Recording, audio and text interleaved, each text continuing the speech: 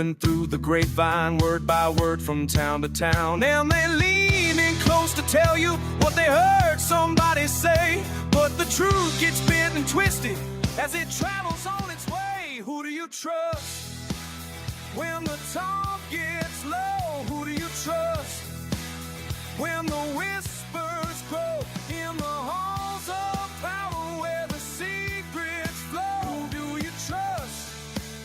Tell me who do you trust?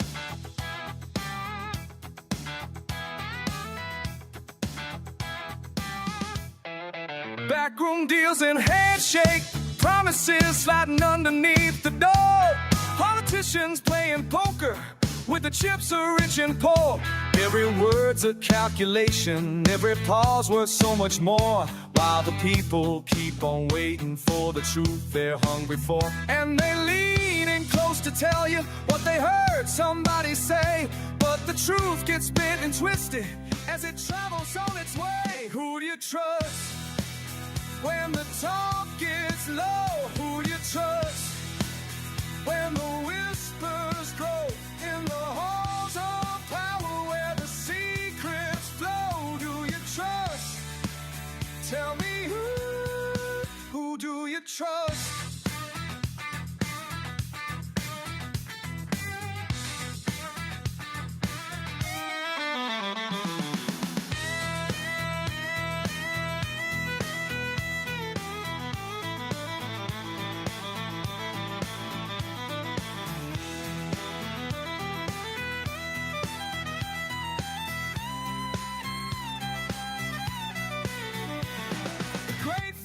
Growing thicker, every lie becomes the truth, and the honest voices calling sound like strangers in the booth.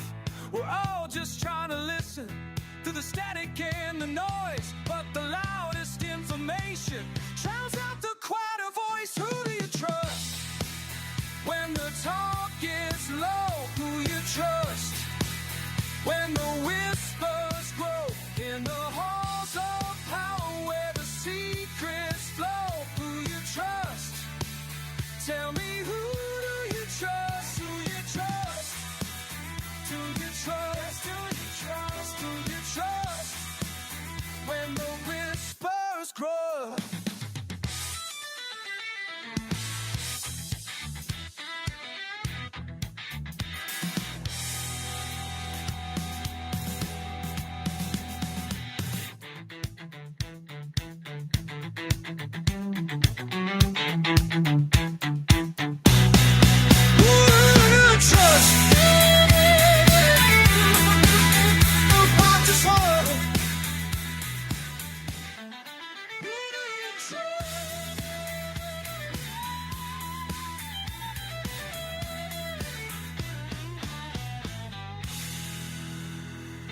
Good evening, everybody.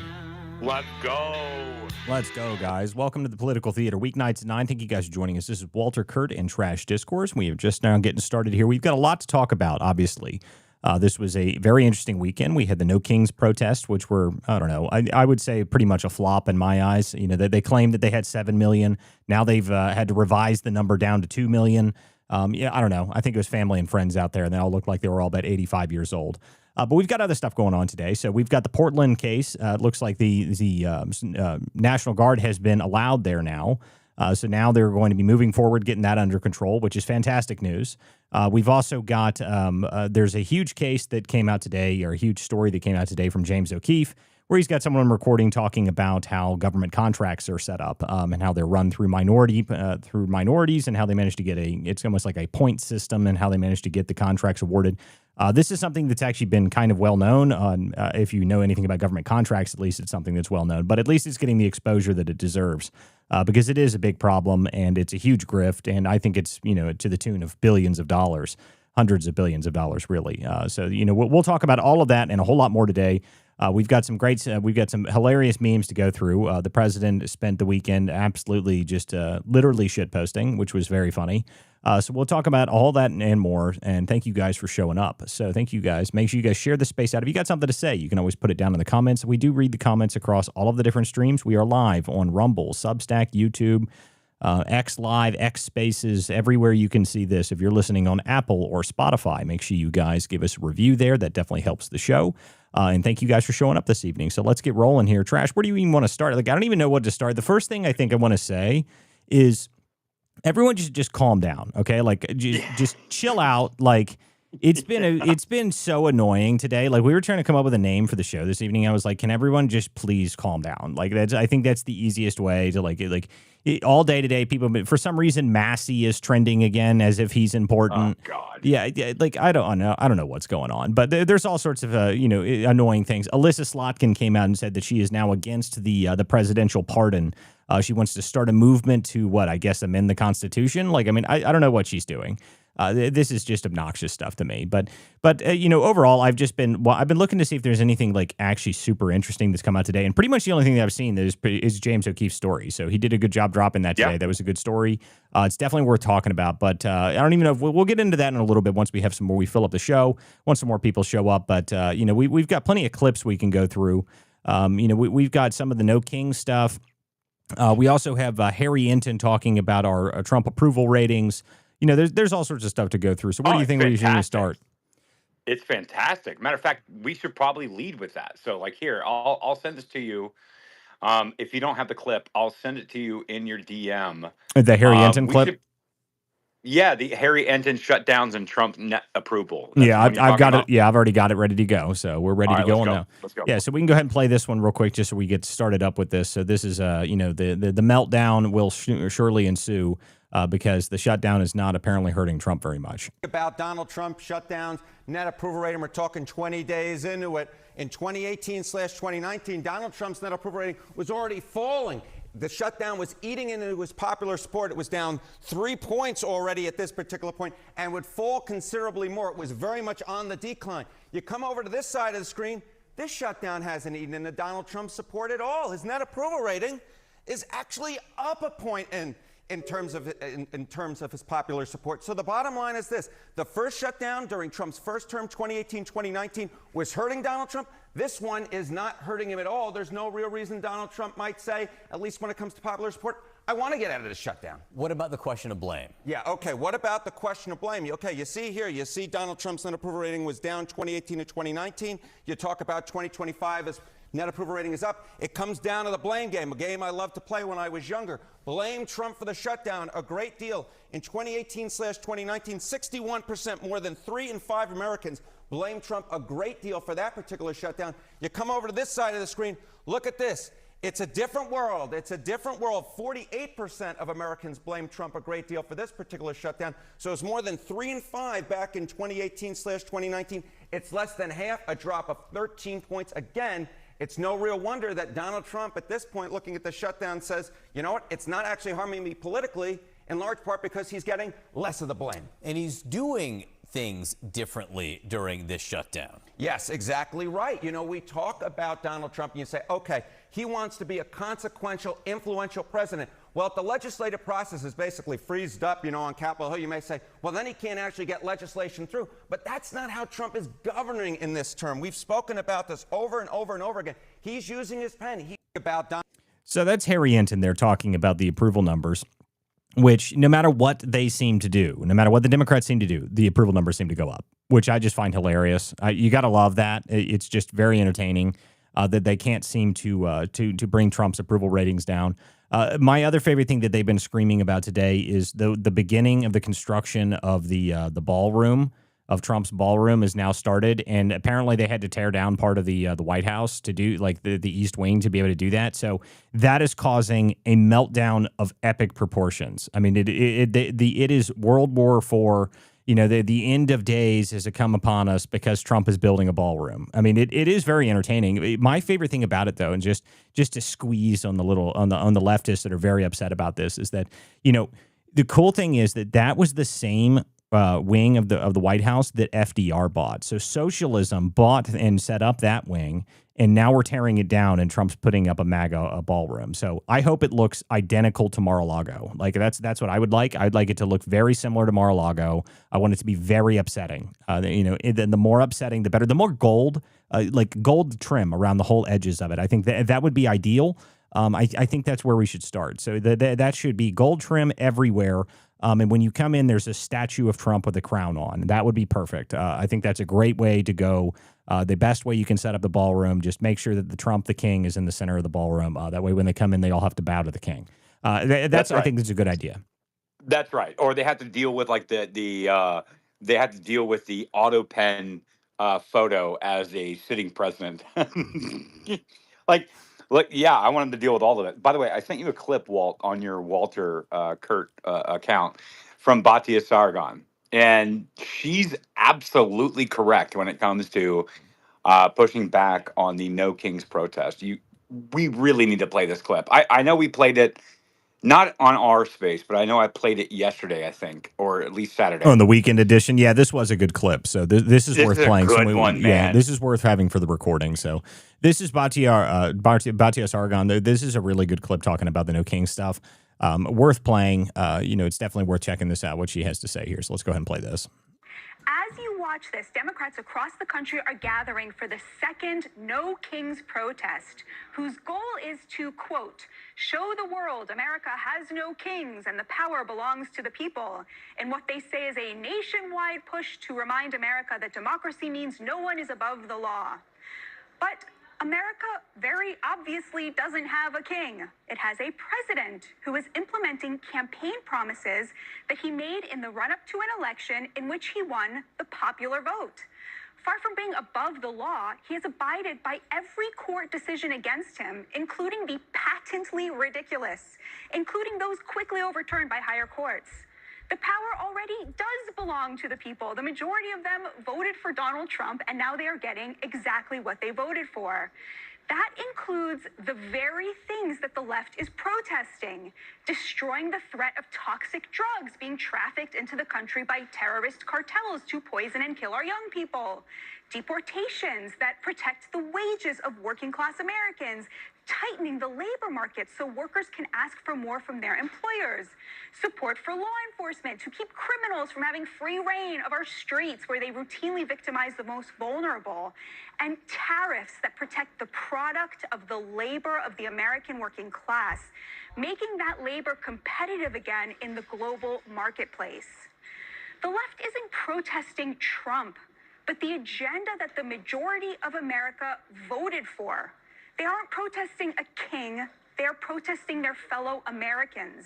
They aren't standing up for democracy, they are protesting it. So the clip is a little bit longer than that, but that's the gist of it, really. And it's worth playing that because she is right on that. She's right on the money, and it was a great clip, and she is fantastic there. And this is what the left seems to forget. I mean, we just had an election. Okay, we just had an election. Trump won the popular vote. Trump won won every swing state. He won 3,000 out of 3,400 counties in the United States. There's no real comparison between the two. And the idea that we have a king, I do love that if we had a king, wouldn't we not have a shutdown? Wouldn't Trump just keep the government open? Like, wouldn't that be not a problem, really? Right. Like, you would think. Right. Like, wouldn't everything be going on as a authoritarian whatever versus actually honoring not only the shutdown or hours, but then also honoring courts? Even though that we are guaranteed to win those cases, these unhinged district judges that are putting out fake rulings, that the Trump administration's going along with it, and they're biding their time, and they are filing countersuits to all of it. That's not an authoritarian. That's literally a dude just being like, all right, I guess we'll put up with this bullshit, and then we'll work it through with the district courts. Like, what are you guys talking about? This No King thing. What are you talking about? Like, all of you are really stupid people, in my opinion. Well, and it's just amazing to me, the entire No Kings protest, and I was at the one in Columbus, so I went and checked that one out. And I'll tell you now, there was a lot of people there. There was quite a few people. There was probably 4,000 or 5,000, maybe 5,000, 6,000, something like that, in down by the State House in Columbus. There was a lot of people there. The average age, at least 60. Okay, like 60-something years old at a bare minimum. There was some younger people there in Columbus. The one in Springfield that I went to, so I went to a couple of them. The one in Springfield, they were all over 60. There was like maybe 2 people there that were under the age of 60. But the majority of them are all in their mid to late 60s. They're all old. They're all the old school hippies. They did a lot of singing. They were really bad at it. They were terrible at the singing. There was a lot of singing at the Columbus one, and it was really awful because the woman that was leading it, she kept having to direct them. So she's like, okay, so I'm going to sing the first verse, and if you know the words, they've been emailed to you, so you can sing along. If you don't know them, I'll repeat them anyway. Oh God, it was painful, people. It was painful stuff. Then they, of course, the speakers that they had were very interesting. They had a Black Baptist reverend come up there and speak and yell, and he gave a good fiery speech and got everyone all hyped up. Like they all woke up for that speech. The majority of them were ready to go back to bed. But he actually did manage to wake the crowd up, and I got some good photos of that. I was thinking about trying to see if I could sell them to like some major left-wing network or something, because they were some pretty good photos. I was literally standing directly behind where the speakers were, so I was like on on the marble statues back behind where the speakers were at. So I was right there. But I still think my favorite bit that I got from this was there's a guy from the Ohio ACLU, and he's the legislative director for the ACLU in Ohio.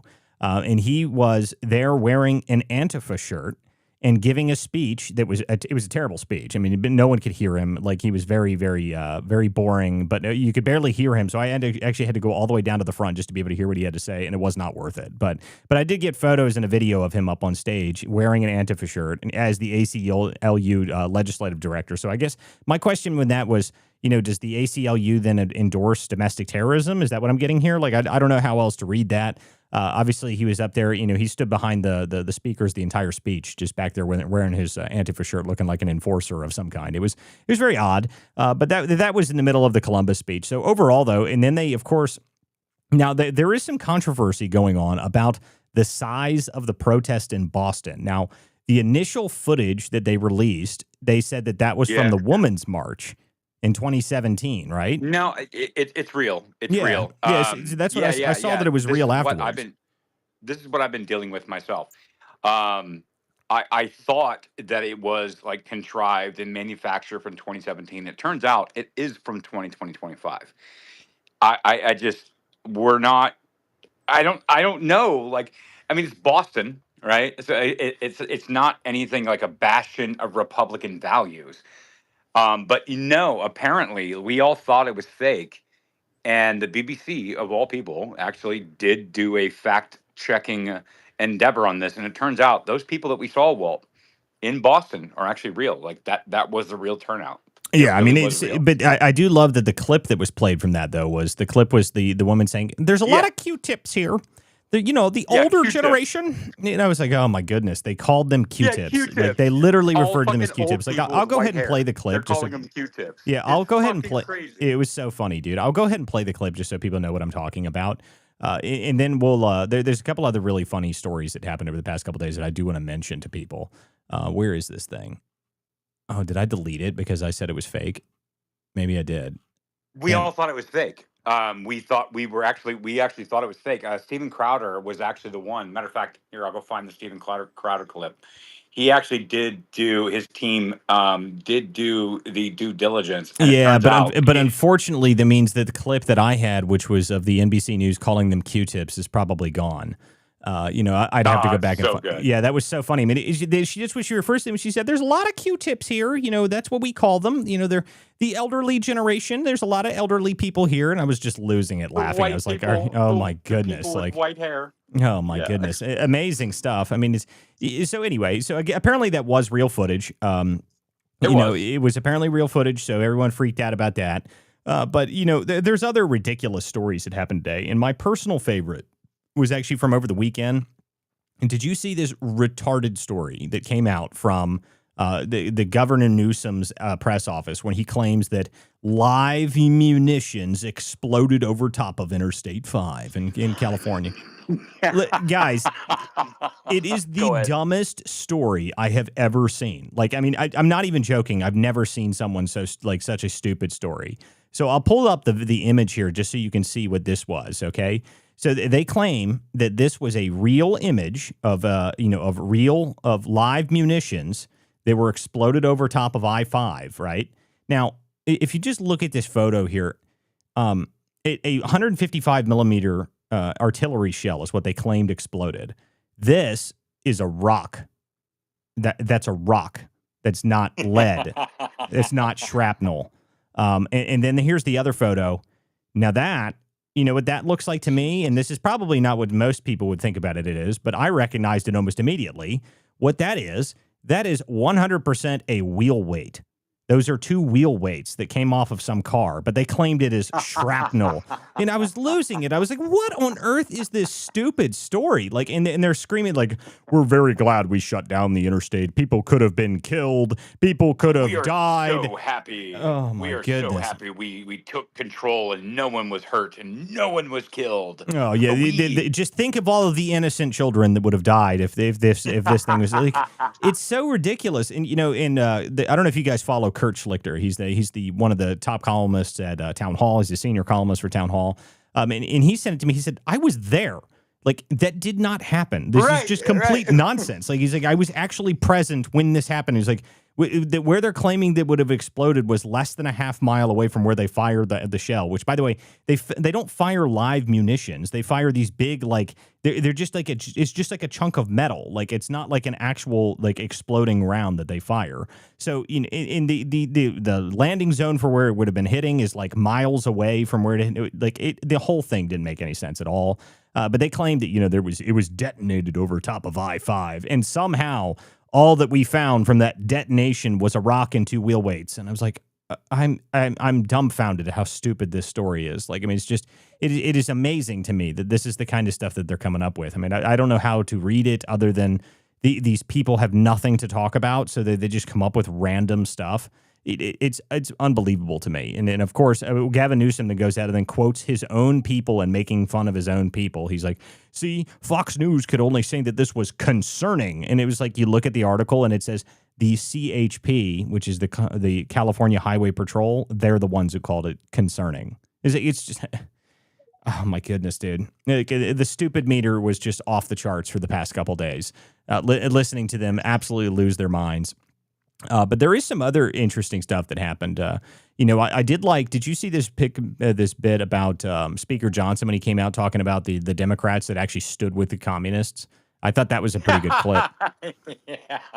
Yeah, this is actually a pretty solid clip from Speaker Johnson here. I'll go ahead and play just a little bit of this because I actually have photos from the Columbus rally where the Communist Party was indeed present. To those folks are being stalled because Democrats are playing games. Today, Leader Thune in the Senate will once again bring the clean, nonpartisan CR to the floor for a vote. They will have another chance. Democrats will have their 12th opportunity to pass the bill. It is the same bill that they themselves supported just 7 months ago, and Chuck Schumer gave impassioned speeches on the floor about how it was the only option. And don't forget, they did it 13 times under the Biden administration. Very similar measures, but not now. Something's changed. Over the weekend, we saw what it was all about. The Democrats made crystal clear that this is about politics. The politics were on full display. The politics, the spectacle, is what the mobs, the crowds, the rallies this week were all about. It was quite ironic, though. The irony was very glaring. They called it the No Kings Rally. But the great irony, of course, that we pointed out over and over was if President Trump was a king, the government would be open. If President Trump was a king, he would have closed the national parks and the National Mall, so they couldn't have had the rally out here. By the way, that's what President Obama did during the shutdown in 2013, closed all the parks and the National Mall. Here in Washington, you had Senators Bernie Sanders and Chris Murphy and Cory Booker and others marching in the streets. Now, these are the same senators who voted over and over to shut down the legislative branch and hand the reins to President Trump. They're decrying the situation that they themselves created. This has always been about the spectacle. Chuck Schumer himself joined the spectacle in New York City. And it's interesting to note his activities there. He was standing side by side some of the most radical groups that maybe ever assembled on U.S. soil. They openly advertised as co-sponsors of the event in New York City. The Communist Party USA, the Democrat Socialist of America, the Freedom Socialist Party, the Young Communist League of New York, many others. Do we need any further evidence?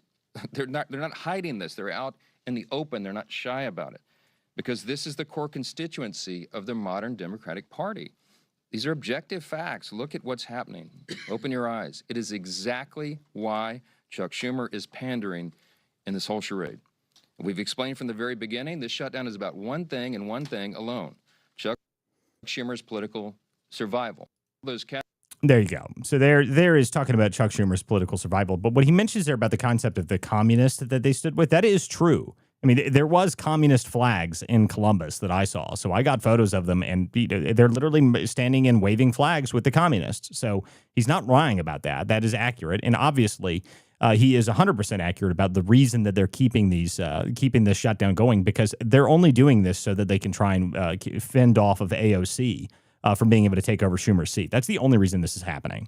I mean, Schumer is terrified that AOC is going to primary him. I mean, the deal is that he's going to get primaried anyway. Okay, like Joel and Eileen Bailey disappeared. So without his political rudder, Where are the Baileys? without the Walt? Where are Baileys, the Baileys? without the Baileys, they're not. He's just not going to make it. For those who don't know, the Baileys are Chuck Schumer's political guides. They're his spirit animals, and by spirit animals, I mean they're non-fictional. They actually, I'm sorry, they are fictional characters that he created years ago. I mean, so without them, maybe he's just not going to make it. It's so weird, Walt. It's so weird. But Joe and Eileen Bailey, they are fictional people that Chuck Schumer has used his entire political career, and everyone is coming out and like they're trying to make some kind of like, I don't know, noise or whatever against Republicans or Mike. By the way, Mike Johnson, to be clear, he's been really on point the last several months, and we haven't seen this from him, even though I had Lauren and I had Matt and I had all the Congress people coming in here saying that we needed to the single motion to vacate. We needed to have Mike Johnson in as speaker, and I was like, well, I'm not really sure about that, and they all told us that. Now he's coming out and saying like, this is effing ridiculous. All the things that you guys are talking about are stupid.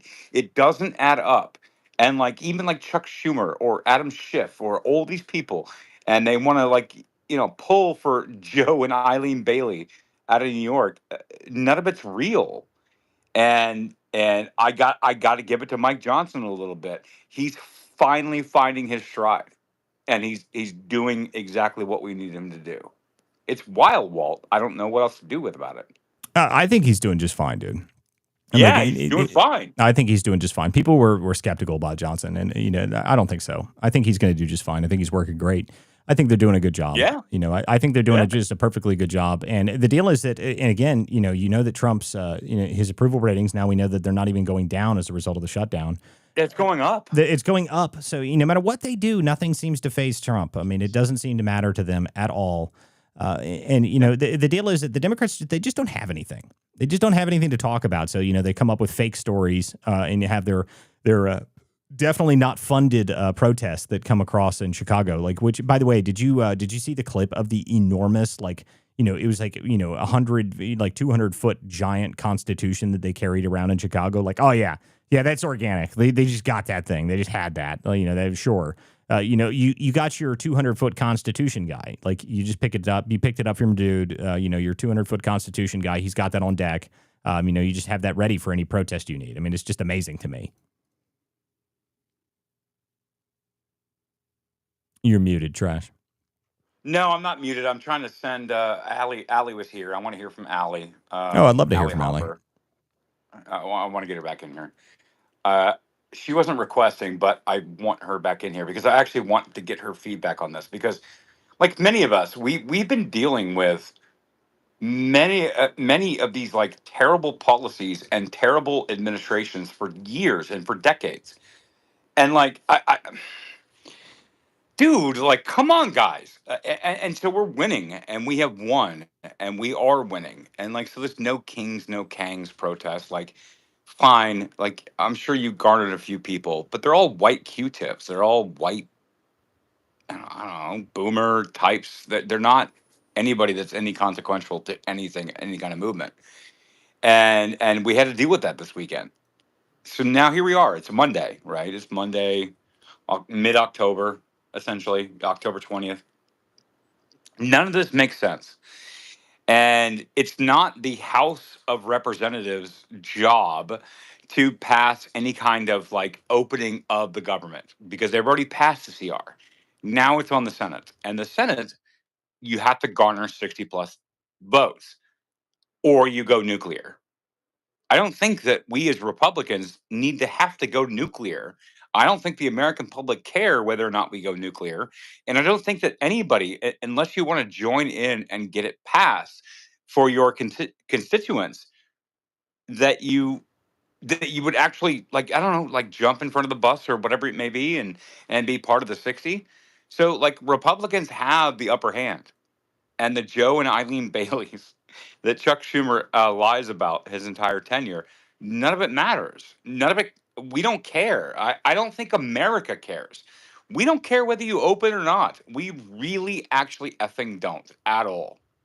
So the only way that you're going to get things done is if you open the government, and that's going to require Democrats. That's right. We're not going to go nuclear on it.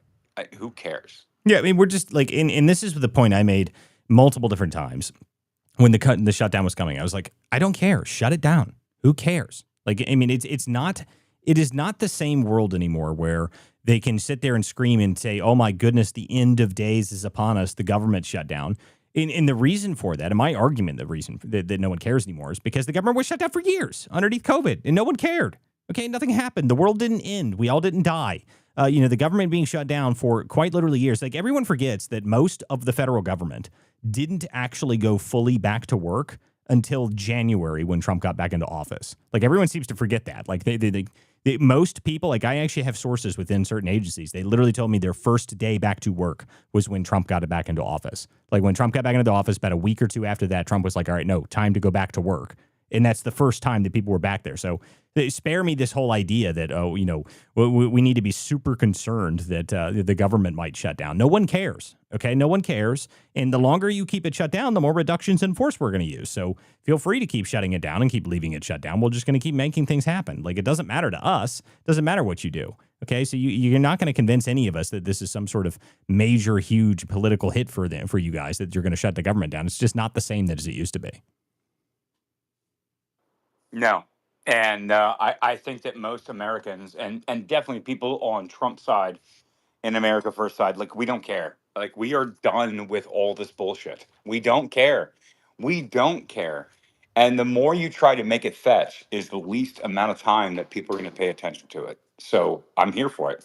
Matter of fact, I sent you a couple clips from Steven Crowder, who I believe him and his team today probably did the most on the No Kings protest stuff. I think they did. If you want to play it and show it to people both on Substack or wherever we're streaming, but I also think people need to hear it. Is this the No Kings, the one that he's talking about, the organics, Data Republican one?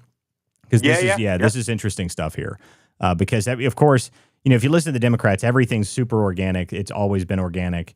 Why are you asking questions? Stop asking questions about the organic protests. Everyone knows that these are perfectly normal and that these happen all the time. So this is, I haven't actually watched this yet, so I'm curious to see exactly what he says here. So let me go ahead and play this. We know what it was not. What is No Kings? Well, it was organized, managed by Indivisible, right? That's an organization. To be clear. Before, yeah. Yeah. It sounds pretty dividing.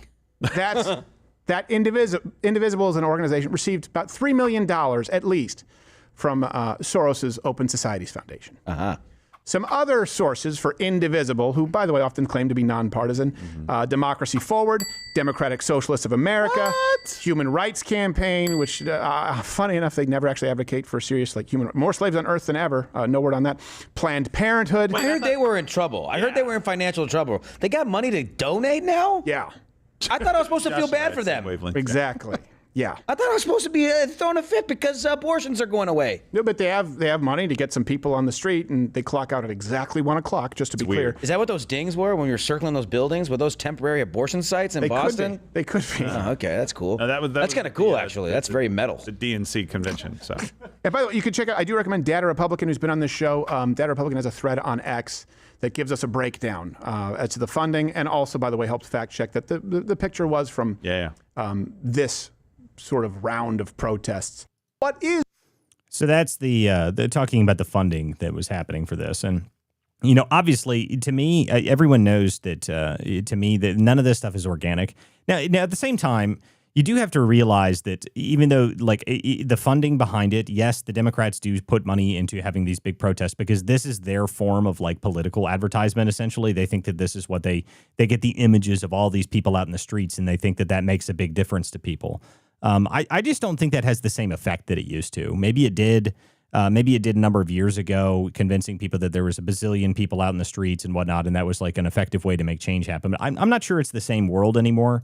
I don't think people kind of see through this stuff and they don't care. Like, you have to have a real message, and you don't have a message this time. Your message is no kings in America. Like, if you label it generically, no kings, you could get all sorts of people out there. Like, you could get a whole bunch of people like, yeah, I don't support kings in America, but, you know, trying to convince people that Trump is a king after he just won the popular vote doesn't make any sense to anybody. It doesn't make any sense at all. No, it doesn't. I'm sorry. I was trying to get back to my mute button. Yeah, no, it doesn't make any sense at all. And again, I think that Steven Crowder and his team were all over this, and we can talk about the funding mechanisms of what it means for no kings or whatever. But, like, guys, these are external, like, funding sources. Like, do you not understand this? Like, I don't think I've got the George Soros section of Crowder's clip on this, which is pretty good too. So we can play that. That's good. Yeah. There are still some people on the left, they don't have any other arguments. That's why they're governed by polls. It's why AOC and Bernie and Elizabeth Warren and Kamala Harris, they won't do interviews with anything other than an entirely friendly audience because their ideas don't stand up to scrutiny. Now, we know what it was not. What is No Kings? Well, it was organized, managed by Indivisible, right? That's an organization. And to be clear... Before, yeah. Yeah. It sounds pretty dividing. That Indivisible is an organization, received about $3 million at least from Soros's Open Societies Foundation. Some other sources for Indivisible, who, by the way, often claim to be nonpartisan, Democracy Forward, Democratic Socialists of America, Human Rights Campaign, which, funny enough, they never actually advocate for serious, like, more slaves on earth than ever. No word on that. Planned Parenthood. I heard they were in trouble. I heard they were in financial. So there, he looks like it goes in. It was just a slightly extended clip. I mean, I didn't realize that, but you see that he were talking about who was funding it. They've got George Soros, the Open Society. You know, I saw Reid Hoffman's part of this, and I'm not surprised by that. By the way, Reid Hoffman's like one of the #1 donors to the Abigail Spanberger campaign. In case you were just curious of other things that Reid Hoffman funds. You know, shockingly enough, all of these big left-wing politicians are donating to Spanberger, and none of them live in Virginia, so they just keep giving her money because they're hoping desperately that they manage to get her, manage to get her over the line there. But yes, so I mean, a lot of this stuff is funded. Now, the Democrats did manage to get some organic stuff out here. I mean, of course, they managed to get some organic to bolster their numbers for it. But overall, the amount of promotion that this thing had, like, they haven't had one of these. Here's how you know that they're running out of money, okay? I was actually expecting these kinds of protests every weekend over the summer, and we didn't have any. Did we have one? Like, I don't know if we even, like, was there any major big protest over the summer that I missed or something? Because I don't remember them being one. I thought that, like, normally with these protests, they did them every weekend. I think they spent all their money doing the Tesla protests. They blew their wad on the Tesla protests. Like, I don't think they have any money left to do this stuff because now, I mean, they've got this one big protest in the middle of October that's happened. You know, in the last No Kings was months before that. I thought they would be doing them all the time, but they couldn't seem to get the people to show up for all those all the time. So they had all this promotion, and they swear there were 7 bazillion, 80 trillion people out in the streets. And it just wasn't the case. I mean, sure, in their big blue cities, they managed to get a lot of people out, but that's pretty much it. Like the first one of these that they did, I was telling people, I was like, look, it is kind of, they managed to get quite a few people out here. And I was in a little middle of nowhere town in Ohio when they actually had people out there. I was like, guys, that you need to be worried if they managed to fund, even small towns in Ohio are having tons of people show up, thousands of people show up to that. That's concerning to me. But now it doesn't seem to have the same effect. Okay, so I don't think it's getting any bigger. I don't think this was any larger than any of the other protests they had. I definitely don't think it was bigger than in the ones that I was at before a few months ago. So to me, if they thought that this, with all the promotion they had behind this, I would have thought there would have been a lot more people. So I'm not really this concerned about any of the No Kings stuff. I don't think it was that. I don't think it landed that well. They tried so hard to make it a thing. They tried so hard to make it fetch, and nobody cared. Nobody cared at all. Like it's crazy to me. And like I think moving forward, we do have the mandate. We have the popular vote mandate, and we have the electoral college mandate. And that mandate is as such that we get behind the Trump agenda. That's why his approval rating has never faltered. Sure, like you can look at like fake polls and it went down 8 points. No, it didn't. Like it hasn't gone down at all. And so like you can look at all of those fake polls and all that fake nonsense, and they can try to astroturf the No Kings protest as an example, and none of them can actually like run up the scoreboard at all. Matter of fact, they lose. Everybody loses, and these are not like pro-Trump or anti-Trump voters. These voters are not even doing anything. They're living their lives. They're going about their days. They're not paying attention to what's going on in politics, and they want to convince the world that this No Kings type movement is something that has any kind of like value at all to voters. It just doesn't, and it fell flat this weekend.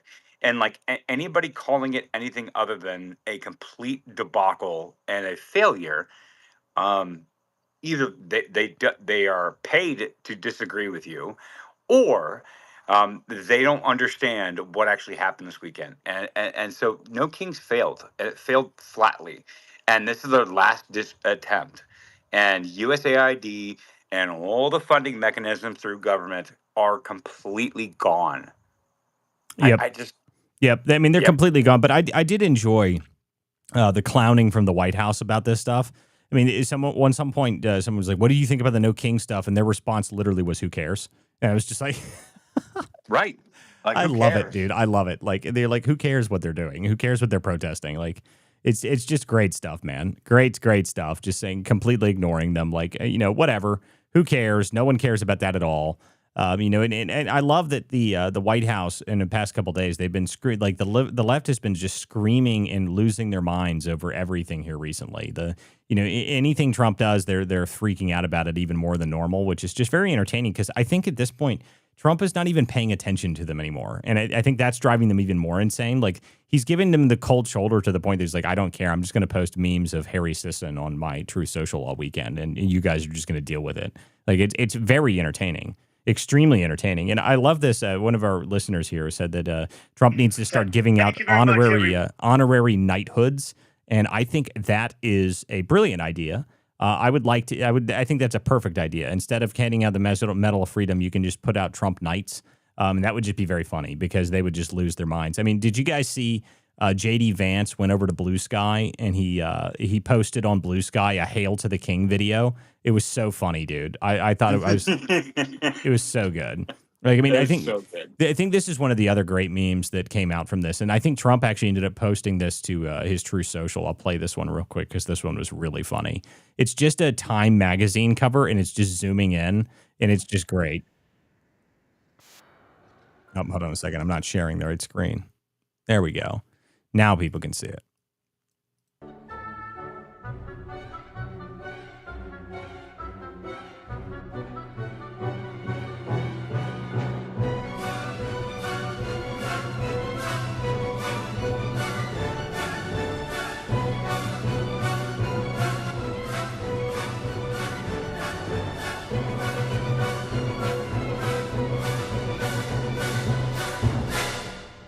those who are just listening, what this video is they're just zooming in on Trump as king, and it just keeps zooming in until it stands over top of Trump, over top of a king sign, and it just keeps going up in years and years and years and years and years and years of him being Trump, and then eventually just ends with it's just fantastic. It's just great stuff. I mean, very funny.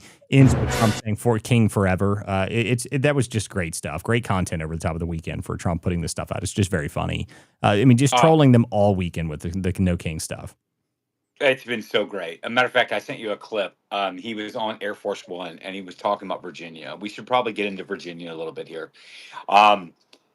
He was approached by the press pool on Air Force One talking about Virginia, and it did not disappoint. It's 2 clips that I sent back. Yeah, before we move to Virginia, because we'll do that in the second hour here. Because I definitely want to get into that. But there's a lot of stuff I want to talk about with Virginia again. But I think I want to go through some of these other ones, like the one of the No Kings dancing. Like, I mean, this stuff is just so good. That's the other one I sent you. Yeah. The No Kings dancing one, like I have this one saved as well. This stuff is just fantastic. Like, I mean, this is the kind of stuff that they think is going to shift the vote. Like, I mean, is this really what you think is going to move voters to like actually vote for you? Like, just watch this ridiculous stuff here.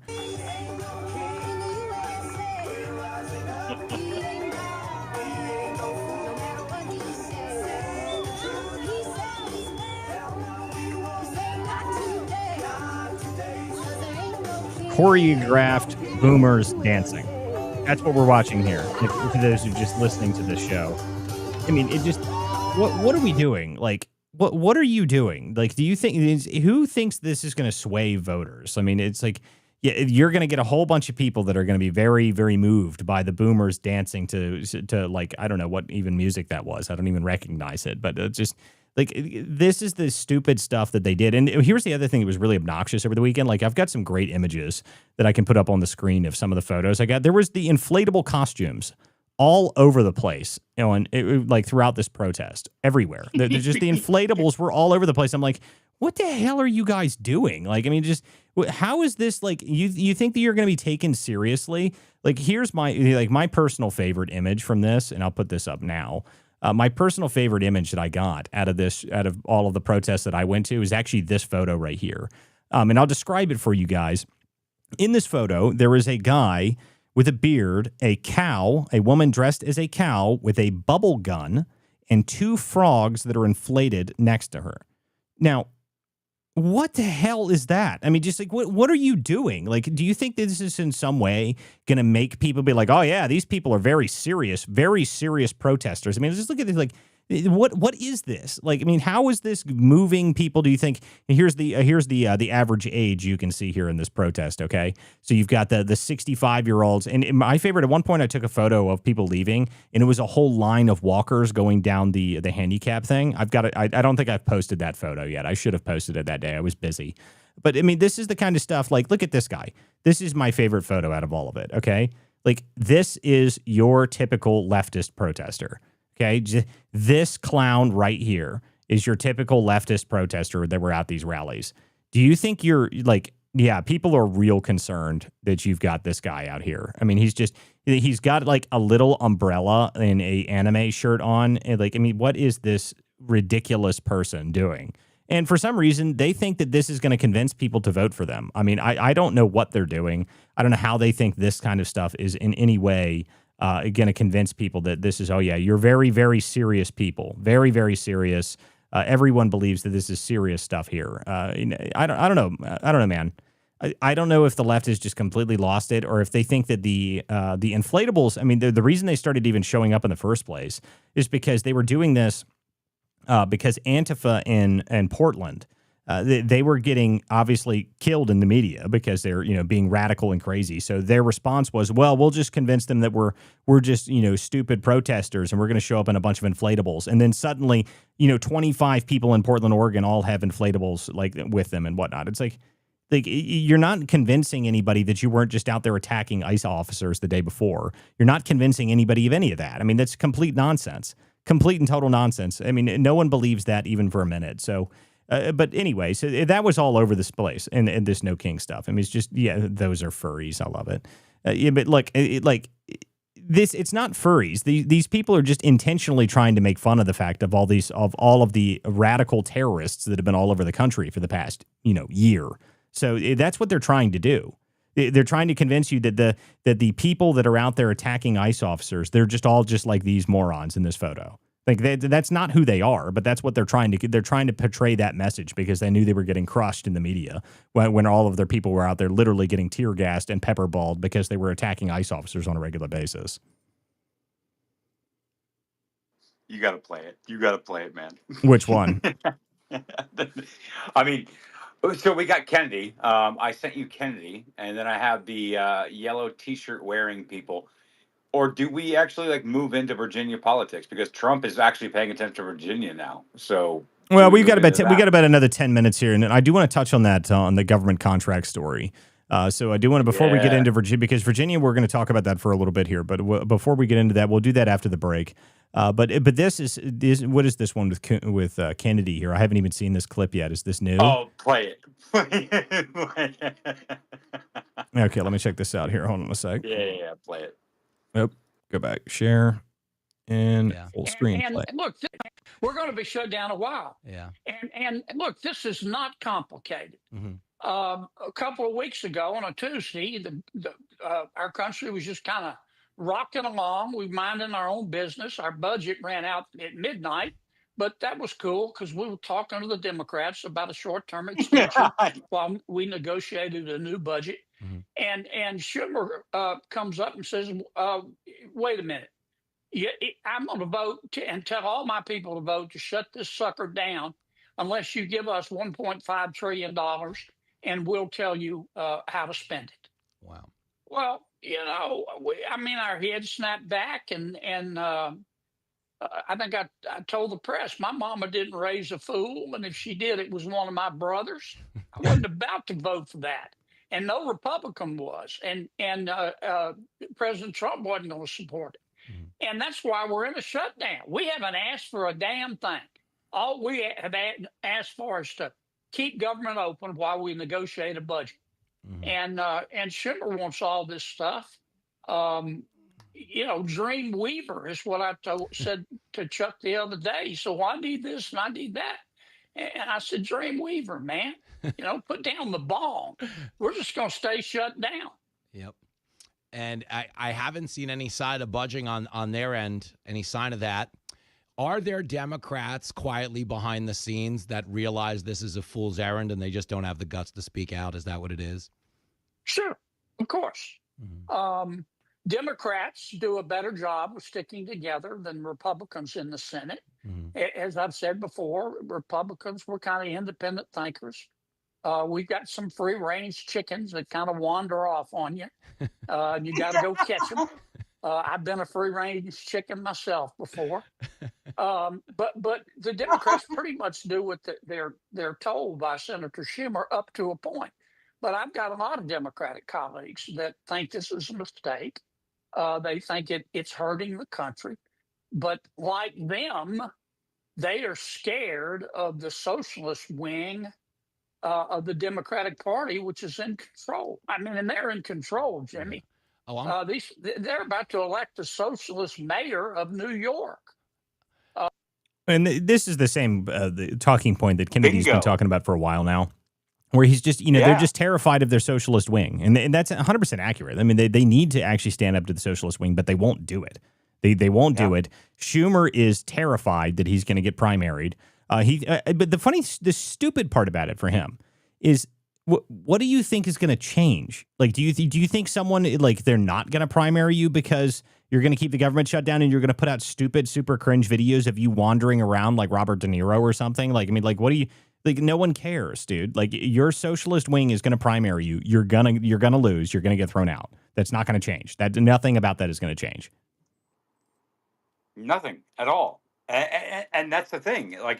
Nothing's going to change. And again, I would say that we do have the popular mandate. We do have the electoral college vote. We do have the mandate, and we want different things. So they can do whatever they want to do. Did you see this Jesse Kelly clip that I just sent you? He's talking about these boomers these Q-tips going out. Do you see it? Is this you mean Jesse Waters one that just came out? Yes. Yes. I mean, but it looks like he's got. Let's see, is this the same clip that we just had? Yeah, or what is he actually have a bit here? But I mean, Yeah, he's got a bit here. Well, I mean, we could talk about that in a second here. But I mean, the deal is that Schumer is only. I mean, that Kennedy's talking about the same thing that we've mentioned it multiple times from him before. Is that the left is terrified of their radical base, and they won't seem to do anything against it, even though for some reason they believe that their No Kings protest is gonna put pressure on Trump to. Is that what they were thinking? Is that really what they thought? That the No Kings is going to put pressure on Trump for him to reopen the government? Is that what they believed was going to happen? I don't know. I don't even know what they thought they were going to accomplish with the No Kings thing. Like, I don't even know what they were trying to accomplish. Meaning, like, look. Many of us in this country, whether we pay attention to politics or not, none of us were paying attention to what No Kings were. I don't even know what they thought they were going to do with the No Kings protest. Like, I don't know what they thought they would accomplish, because I'm not seeing any results. And matter of fact, all we're doing is laughing at them at a rapid clip. Like, yeah, I mean, and I'm sure that's I what don't most know. of. I'm sure that's what this Jesse clip is, him just laughing at them. So I want to see what he has to say here. Really? Can you believe my mom was there? Which one? New York? Boston? In Which Long mom? Island. It's like sometimes I think I was adopted. It's like they do these things. The Women's March, BLM, the Musk stuff. The issues change, but the one thing that stays the same is Trump. They think this guy's like crack cocaine. They get these big bursts of energy every once in a while, but long term, this has been bad for their health. They've lost the culture, they've lost the media, they've lost 2 of the last 3 elections, they've lost all power in Washington, and they've lost their minds. He looks powerful because Biden was weak. They raided the Treasury, they invaded the country, they let the foreigners steal all the supply chains, they let the criminals run wild. Biden just sat there. So Trump is doing a lot because he's cleaning up a lot. And the Democrats love kings. They love the government telling them what to do. Hey, give me a shot. Take over my health care. Tell me what not to say. Remember when he was taking away everyone's First Amendment during the pandemic? Freedom of assembly. They were throwing people in jail for opening a gym. Remember the woman who tried to give someone a haircut? They threw her in jail. They're trying to take your Second Amendment, from they're Iowa. taking your First Amendment. Democrats love it. They love to submit. They love to conform. It's what they do. And you go into these rallies and you interview these people, they have no idea where they're there. I mean, some of them do, like my mom knew. But if you stick a mic in front of their face, they have no clue. They're just kind of walking around. And then sometimes you talk to one of them and they're like, yeah, I hope Trump dies.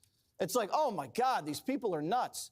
And Trump's no king. If Trump was a king, you wouldn't have had a rally like this. You wouldn't have people going on TV calling him Nazi, and you wouldn't have the government shut down. And all these people on the left saying, oh, the Constitution, I love the Constitution. You called the guys who wrote it racist, old white men, and then you tore down their statues. So don't tell me you love the Constitution. And that's, I think, a really important point that we've brought up before. The left has no love of the Constitution. Okay, like it was very weird going to this rally this weekend when I was listening to these people talk about do you support the Constitution? Everyone's like, yeah, like you morons. Not even a year or 2 ago, we're talking about how the Constitution is an outdated document and needs to be removed. Okay, like what are you doing? Like, I mean, your mixed messaging is so all over the place. They couldn't figure out what to do. They realized that their color revolutionary messaging that they were doing that was anti-America was very unpopular. That's what they realized. They realized their messaging was unpopular, that it was not good. Then they were like, okay, well, how do we keep doing the color revolutionary stuff while still having a protest? Oh, we'll go out there and we'll say there's no kings. No kings in America because that's American, right? But Jesse's point is correct. The left is the ones for big government. Okay, like they're the ones that worship everything the government does like it's gospel. They're the ones that want to spend more money. They're the ones that want to send, $10 million to Mozambique for circumcisions for gay people. Like, I mean, like, what on earth are we talking about? Like, I mean, they don't care about this stuff. They just are trying to come up with any messaging that they think will stick. That's the only thing. And they think no king sticks for some weird reason. And the only reason they're saying all this is because Trump is using the same executive powers that every Democrat that has been in office for the past 30 years has used. That's the only thing they're upset about is that Trump, he didn't come into office and then do what other Republican presidents have done, which is not actually act like the previous president and just do whatever the principled way is. And the principled way means that they win, and every time we come in, they manage to just hold the line for 10 years, and then when they leave, and then they immediately ramp it all back up again. So just spare me on this idea that Trump is a king because he's using the powers that you gave him. Okay, the president wouldn't be as powerful if you had not given him the power to do so. It was Obama that said, I'm going to rule by phone and pen. Okay, that is his line. That's where it came from. So forgive me if I'm not interested in your stupid little protest where you're trying to convince everybody that, oh my goodness, no kings. Shut up. You don't care about this stuff at all. None of that stuff matters to you. The idea that you're going to carry around a constitution, I'm surprised you're not setting it on fire in the street. Like, when you see that big, like the giant, 300-foot constitution they carried around in the middle of Chicago, I'm surprised they weren't burning it. Like, I'm very surprised. That would have been my thought. Like, when you see the left holding any constitution, you would think they'd be burning it to the ground. But somehow they're trying to convince everybody that now they like the Constitution again. No one buys it, okay? No one buys it. At all. Like, we lived through censorship. We lived through adpocalypse. We lived through Media Matters and David Brock and Norm Eisen and all these like lawfare extraordinaires. And we lived through censorship, like the Rene DeResas and the Alex Stamoses of the world.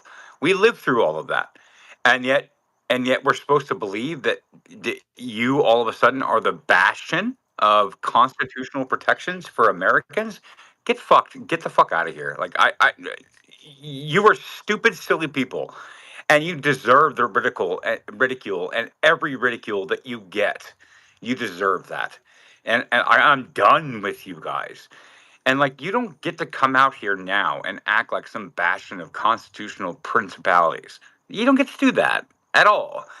I just sent you another clip with Carrie Lake talking. We're at the hour point right now, so we're going to take a break real quick, guys, and we'll be right back in just a minute here. But guys, this is the Political Theater Weeknights at 9. Thank you guys for joining us this evening. Make sure you guys share this link out, and we'll be back in about 5 minutes. Thanks, guys.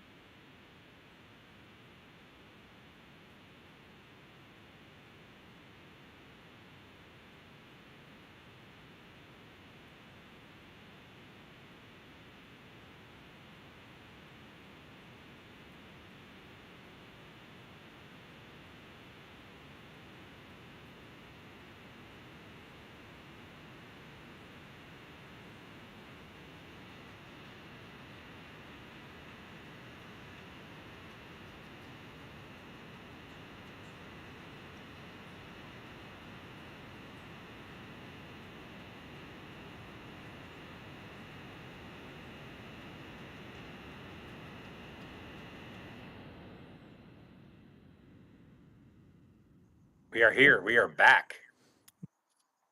We are back. Okay, guys. So let's get back into this real quick here. And thank you guys for joining us. This is hour 2 of the Political Theater, weeknights at 9. This is Walter Kurt and Trash Discourse. Thank you guys for joining us. Tomorrow, we will actually have a sponsor on the show, too. So that is something we need to announce. So I did say that yesterday. If you guys were on here for the weekend edition, I did say that. But the person that's setting that up for us, the account that's being set up for us, they were out of the office today. So tomorrow, we'll actually have a sponsor for the show. So there'll be something else that'll be running at one point, and we'll be doing that'll have an ad read or something in the middle of that. But anyway, thank you guys for joining us. If you're interested in sponsoring the Political Theater, you can contact me at editor@wcdispatch.com, and make sure you guys follow us on X at WCDispatch and at Trash Discourse, and make sure you follow the new Political Theater account. If you're on the X space, that's the best place to follow that account, and there's a little community on there too. I don't actually know how to use X communities. I just have it set up, so I'll figure out how to use it at some point. And by the way, you can now subscribe to both myself and Trash right here on X at WC Dispatch and at Trash Discourse. But it's also better to subscribe at WCDispatch.com. There's where you get exclusive interviews and everything else. The WCDispatch.com, I just had a new interview come out from the whistleblower from the Fairfax case, the Fairfax abortion scandal. For those who are not aware of that, that was the scandal that we broke a couple months ago. Back in August, we said that we came up with that story. And that's blown up. And of course, Fairfax themselves has now come out in here and denied it. But I just sat down with a whistleblower from that case. So that is an exclusive interview for that on WCDispatch.com. So make sure you guys check that out. Make sure you guys subscribe to this show. That is just the two of us that run this show. So there's nobody else that helps set this up.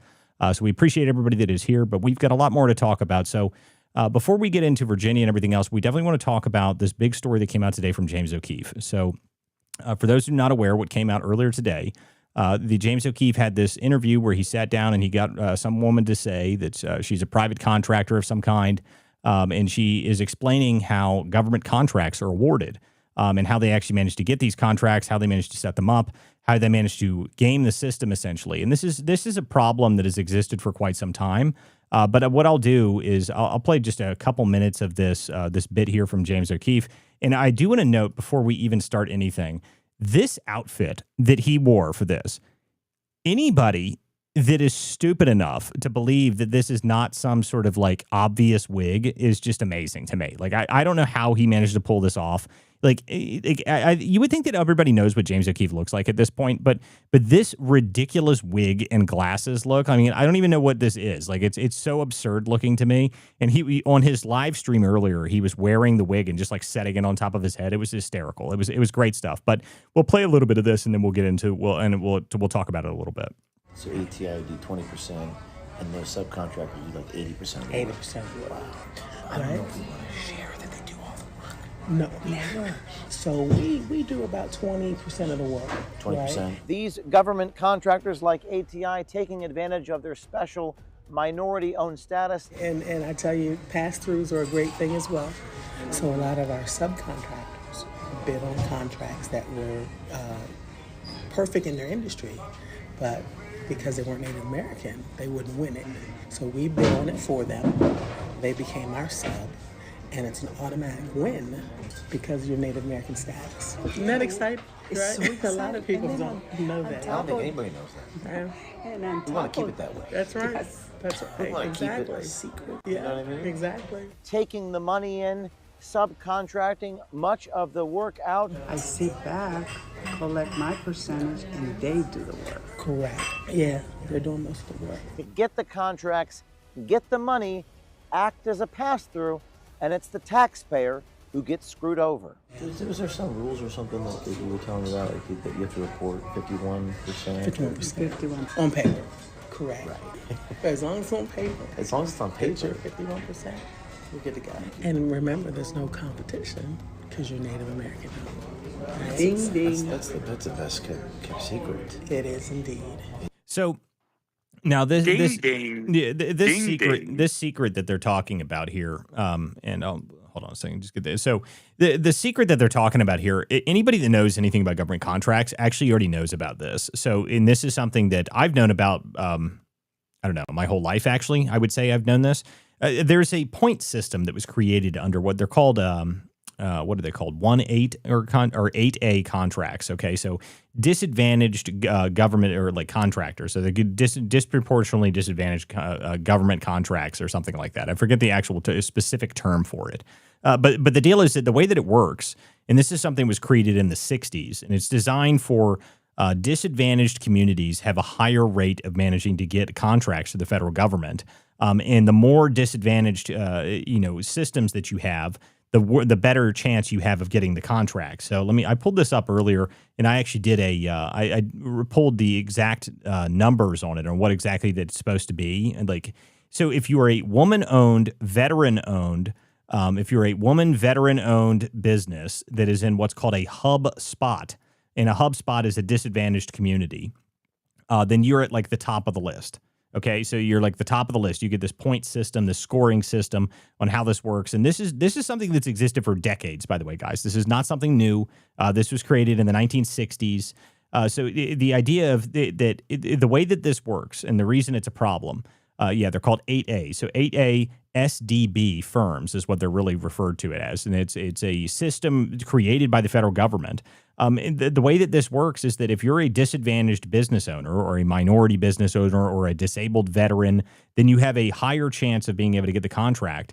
And it actually increases your chances of getting the contract significantly based on how many points you actually have in the scoring system that they have. It's an absurd DEI type quota thing. So essentially, if you're a gay, lesbian, if you're a lesbian woman veteran that's from a minority community, then you have like a way higher chance of landing a government contract. So what that results in is that does not mean that there's a bunch of, veteran, minority owned, lesbian, black ladies that have a bunch of really successful companies. That's not what happens. Okay. So what happens is normal companies, they go out and find these people, and then they say, okay, as long as you underwrite the contract and you get the contract, you can get 20% of the money from the contract and not have to do anything. And what they end up doing is they hire their family members and other people that work for them. But this is something that's existed for quite some time. This is not a new thing. This is not really a secret for people that know anything about government contracts. This is something that's existed for quite some time. So there was a story that I had, 6 months ago now. It was the social media group that was hired by the State Department, and they were supposed to create Ukrainian propaganda. And at some point I was looking into that company, and I figured out where the company was. And the company was a company called Gold Strategy or something like that. And Gold Strategies was a single office in a bank somewhere in Juneau, Alaska, which is the capital of Alaska. And, I called the bank. I was like, hey, is Gold Star Strategies or whatever the hell they're called? Do they operate there? And the lady's response was hysterical. She said, yeah, there's a guy, he rented this room in the top of the bank. He's got an office up there, but I don't think I've ever seen him before. I was like, oh, that's good. That's a $20 million contract, by the way. $20 million contract for the federal government, and that's how that operated. So what they do is they win the contract, and then they sublet out the rest of the contract to somebody else, and somebody else does all the work for the contract. So that's the way that it operates. So you get the contract because you have the Native American status, and the reason that it's in Alaska, this one that I was looking at, is because if you're a native slope Eskimo from a northern slope Eskimo, you have a 100% chance of landing a government contract if you bid for it. Okay, so that's why this stuff happens. So these systems have been in place for a long time. This is something that was created in the 60s, and it just grew and grew and grew.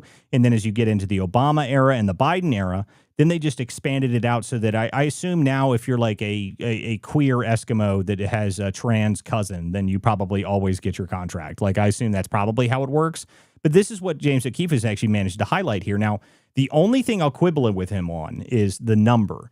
The number that he puts out, he says $100 billion is what the scam is. I would argue that it's probably way higher than that. And I would say, if not, it's probably double that. So my ballpark, much higher. My ballpark would be 20 to 30% of all federal contract money that's appropriated. I would assume that that's probably how much is actually spent on this. Essentially, it's just a racket. It's not actually, they're not doing anything. They're not doing anything special. They're not, the Native American slope tribes of Alaska are not somehow better at cybersecurity than, American firms in Silicon Valley. That's not true. But what they have to do is they just let them sublet it out, and they get all the money for it.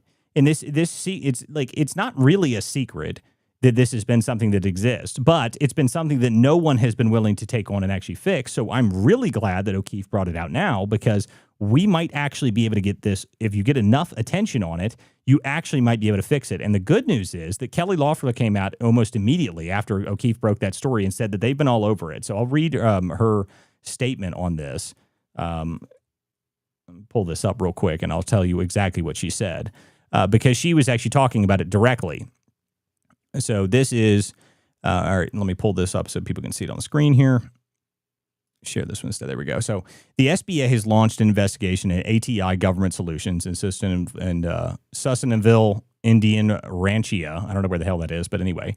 So this is why we've been conducting a full review of 8A programs, essentially designed to help socially and economically disadvantaged small businesses compete in the federal marketplace. Yet what we've discovered so far is institutionalized abuse, which potentially amounts to billions of dollars in federal contracts that are run through shell companies, fraudulent pass-throughs, and other schemes. That's why in February, the SBA took immediate action to slash 8A contract goals across the federal government. In June, we've launched an audit of the program to review every 8A contract for the last 15 years.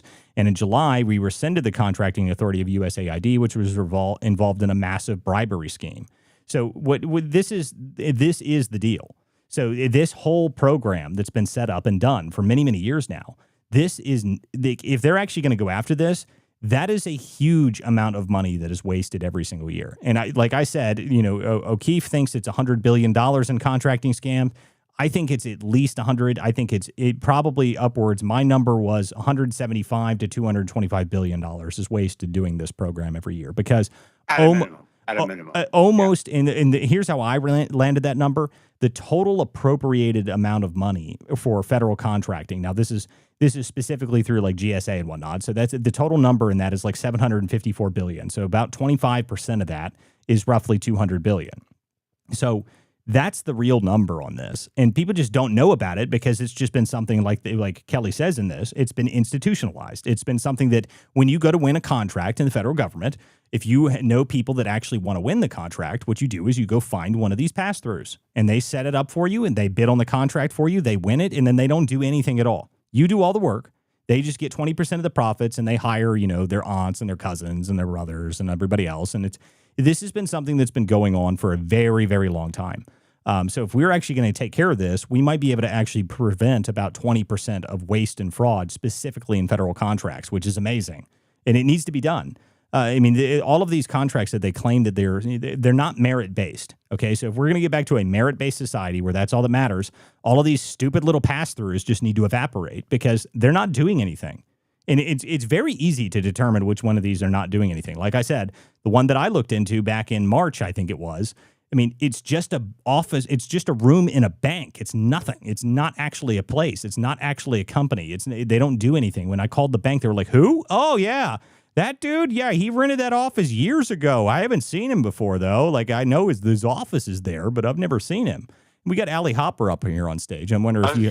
we got Allie up here. Like, she's probably going to speak directly to this. Allie, good to see you. How have you been? I haven't talked to you in a while. Good, guys. Thanks for having me up. So, quick question: the 100 billion, is that just in SBA or is that across all federal contracts? That's not not just SBA. Yeah, that wouldn't just be SBA. I think his number there is like I don't know exactly how he lands at the $100 billion number, because like I said, I think it's much higher. Like, I think it's much, much higher than 100 billion. So I'm not sure how he gets specifically to this number. But to me, it would be including more than just SBA for that.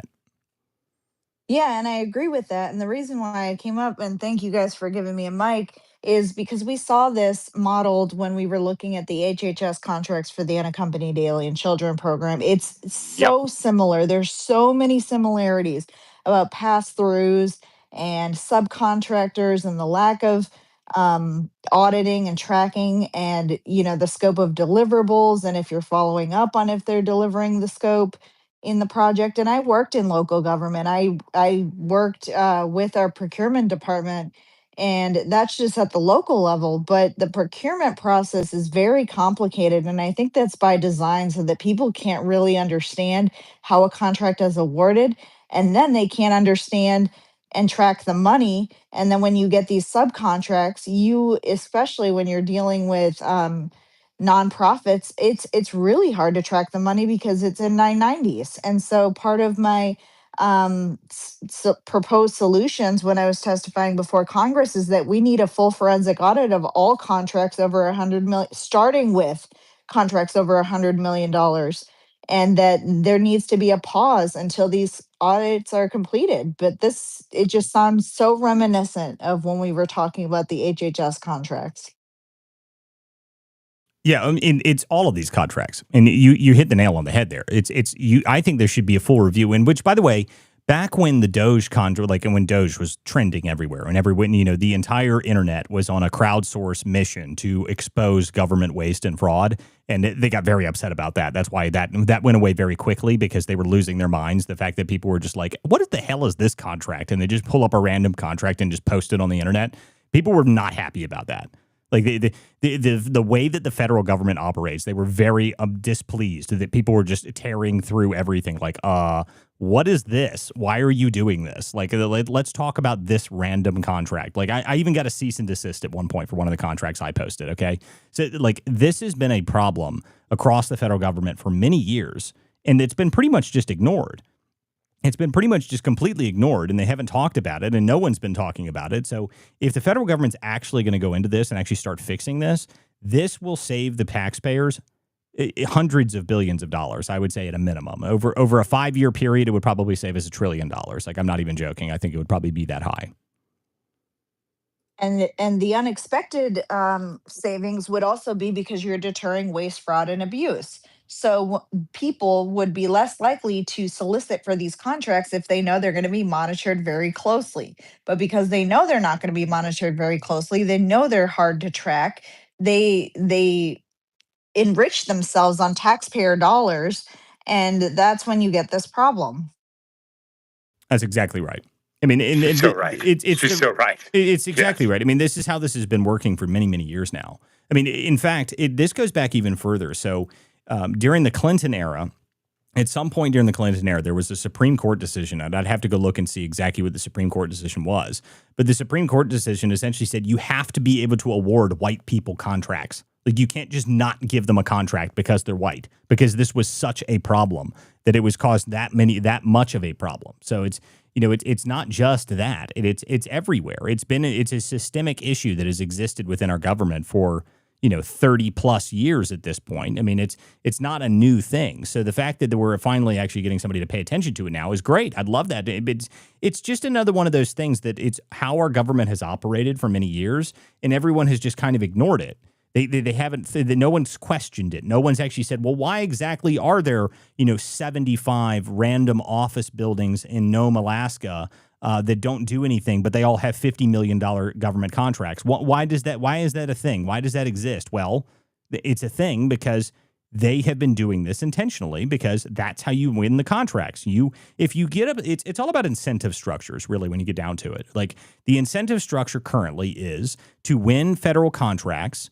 Big companies that want to win those contracts go out and find these groups so that they can then get the contract. That's how it works. The incentive structure is, how do I win contract? Okay, I need to budget in 20% to pay to some random pass-through so that I can probably win the contract. That's how it works. So if you remove that incentive structure, pull that out, that'll immediately reduce the amount of money that is in government. I mean, it should be done immediately. So if they do a full review of every contract, and I agree with you, Ali, I think they should do a review of every single contract in the federal government that's over $100 million. I mean, I think it should be done on every single level, to be honest with you. I don't think $100 million is enough. I think that all of the 8A contracts, every single one of those needs to be reviewed, which is why I'm happy that Kelly Loeffler said this today, because every single one of these needs to be reviewed. None of them are probably even doing anything. I mean, my guess is that you go look at these contracts and you're going to find maybe 5% of them are actually doing something. Maybe. And I would say that's a high number. Like, I mean, would that's be a high number. Yeah. I'd say it's a high number. Like, I bet you it's much lower than that, actually. Like, it's probably like 1 or 2% of these contracts are actually legitimate and actually do anything properly. I mean, the amount of money that this has wasted over the past, 50 years is probably got to be in the tune of $5-10 trillion, something like that. I mean, it's just a constant grift. And it's another one of these things that's like just like the USAID stuff. It's a constant grift, and it always benefits one side. So if we pull that out and we stop doing that, this is going to be huge. So good on James O'Keefe for bringing this story out, because it's definitely one of the most important things we could actually fix in the government now.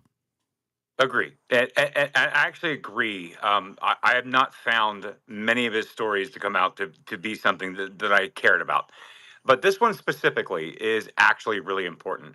And I think that people that are listening, both on the Democratic side or the Republican side, that are listening to this space, if you guys hear what we're saying and what Allie's saying and what Walt is saying here, you guys need to understand, like, look, like, sure, we have our political differences and we are bound by our politics. Okay. Okay. I get it. But like, you know this is a problem, right? Like, even on the Democrat side, like, this is a problem. Yes, or don't you? I mean, Walt, I mean, do they not? Allie, do they not understand that on the Democrat side that this is actually where it's occurring, and the grift continues to grift, and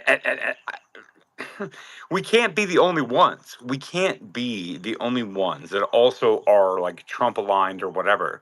We can't be the only ones that like point this out. Like, it can't be a thing, right? Or is it? I mean, I don't know if it's just one side that's pointing it out. I don't know. I think that's probably that it might just be us that's pointing it out. But the deal is that it's something that has not been pointed out because it was just institutionalized. Like Kelly Loeffler said it in this post here. She's like, it's institutionalized to the point that no one has talked about it at all because they just see that as how the government operates. The government just works like that. You just get these pass-throughs. And it's like, but we don't have to do that. We don't have to live like that. We don't have to make sure that there's a pass-through for every private contract for the federal government. What it should be is that everybody who bids on the contract should be the best person for the job. That's how it should work. We should just go to 100% merit-based, and that's the only way we should do any contracts. And to add to that, I mean, that's just securing the initial contract. If you're going to renew the contract, you should prove your outcomes. You should prove that you delivered on your scope of services. You should prove that you didn't park the leftover funds in reserves. You should prove you didn't enrich yourselves. But when you have these organizations that are enriching themselves, giving themselves surge bonuses, charging the federal government, a steak and lobster diet while feeding, in my example was the unaccompanied alien children facilities, feeding these children rice and beans while charging the federal government a steak and lobster diet. And you have these guys literally enriching themselves and parking these funds in reserves. I mean, I don't know what the solution is though, because with the reserve part, I mean, then you're encouraging people to just blow through the money and not park anything in reserves, but let's just spend it on anything and everything to make sure we get the same amount or more the next year. So that's not a good thing either. But we need receipt tracking. We need a full forensic audit. I mean, if you don't provide the proper receipts for your taxes, you're going to get audited and you're going to get the IRS on your tails. But they don't take that same approach with these government contracts. And that's why it's really unfortunate for the taxpayers, because to your point, it's not just left-leaning contracts. It's all contracts that need to be audited. And so I think that the left would be aligned with this if we were to find a more right-leaning, organization that was mishandling, wastefully abusing funds. Then they would be on board and they would say, oh, okay, well, it isn't a partisan thing. No, it's not a partisan thing. It never has been. We don't want you wasting our money and we don't care what it's on. Just respect our tax dollars, use it as they're supposed to be appropriated, and make sure that you have a close accounting of what they're being spent on. That would be the ideal way to look at it, is that, it shouldn't be a partisan thing for us to want our tax dollars to be used appropriately. You would think. You would think it would be a nonpartisan issue to say, hey, we want our tax dollars to be spent appropriately. Why would that be such a controversial thing? Like, you would think that everyone would agree that everyone wants our money, that you pay taxes, everybody pays taxes. You want your tax dollars to go to the right place. You don't want it to be wasted on nonsense. But the problem is that I think that the left has been the ones freaking out about this. And I think the reason for that is because they took the fraud to a different level and they started using it to pay themselves back. And I think that's the real problem. The amount of kickbacks that I think were happening across a wide scale of the government, that was mainly a left-wing problem. And that's why USAID, no one even knew what USAID was, why it existed. They didn't talk about it. No one knew it existed. No one knew the Institute for Peace was a thing. No one cared about that stuff. But then suddenly when we go to cut the funding for it, the Democrats, the entire Democrat Congress is out front of the building screaming that this is the end of the world. Like, I mean, there's a reason that they got so upset about it. The reason they were so upset about it is because this was the grift. That was their money. That's how they were pushing money from foreign back into the United States. That's the Act Blue stuff. That's it's all wrapped into the same idea. So that's why they're against it currently. But I think at the end of the day, if we cut all that stuff out, it's their problem if they built their power structure based on taxpayer dollars, okay? That's their problem. That's not our problem. But everybody in the country should be on board with the idea that every dollar that is spent by the federal government should have an audit trail behind it, okay? And I get that there needs to be some classifications behind stuff. That's fine, whatever.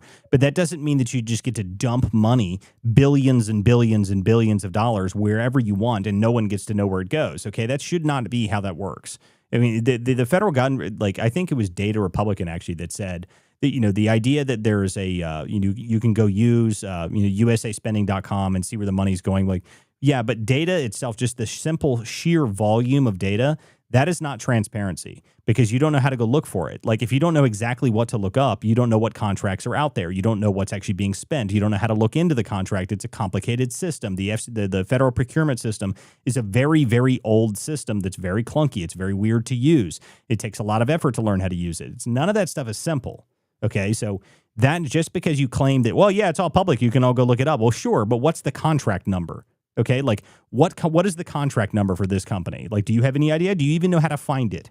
Okay, like that's the problem. Okay, so until you make it to the point where everybody can see, okay, this company was awarded this contract for this amount of money to do this job, and it's very easy and everybody can see it, then that's not transparency until you have it to that point. Yeah, and to your point is when you get subcontractors involved, that's when it gets really messy. You can't tell because then the subcontractors subcontract out below them and it gets really, really, really messy. That's right. But I will tell you, just sorry, quickly, Trash, just the funniest thing was in my July testimony in front of Congress. We're talking about these whole contracts and the NGOs that were involved. I The remember funniest this. I remember this. Yeah. Go ahead. Sorry. the funniest part was I have never seen Democrats come to the defense of Catholicism quicker than when you start investigating Catholic charities. It was like the twilight zone because I'm like, the Republicans have always stood with Catholics and Christians. And then all of a sudden you see Democrats coming to the defense of Catholic charities being like, oh, this is an attack on religion and the Catholic faith. And I'm like, oh my gosh, this is hilarious. Like, It was crazy how quick they went. Allie. It was so crazy. That's what I remember. Like I remember seeing you in front of Congress and like you were like trying to represent what your thought processes was. And like every member of Congress and all their staffers and all like the what do you call them? Like the ancillary type, whatever you call them. They went after on attack on you because you brought this up. It was so crazy to me. And I remember seeing it. And I'm like, I mean, she's just saying what's true. Like, what are you guys going after her for? Like, it was wild, Allie. Well, I mean, just Wild. watching the Democrats defend anything to do with the Catholic charities was amazing. But that's where all the immigrant money was going. They were getting money pumped into those so that they could get immigrants, and that's how they were placing immigrants across the country because the Catholic charities were soaking it up.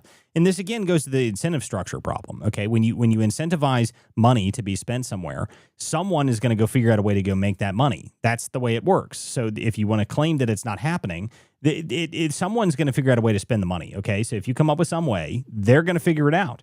And that's why you need to make sure that the incentive structure behind it is not, okay, we can get a ton of federal dollars if we have this new program that does specifically this.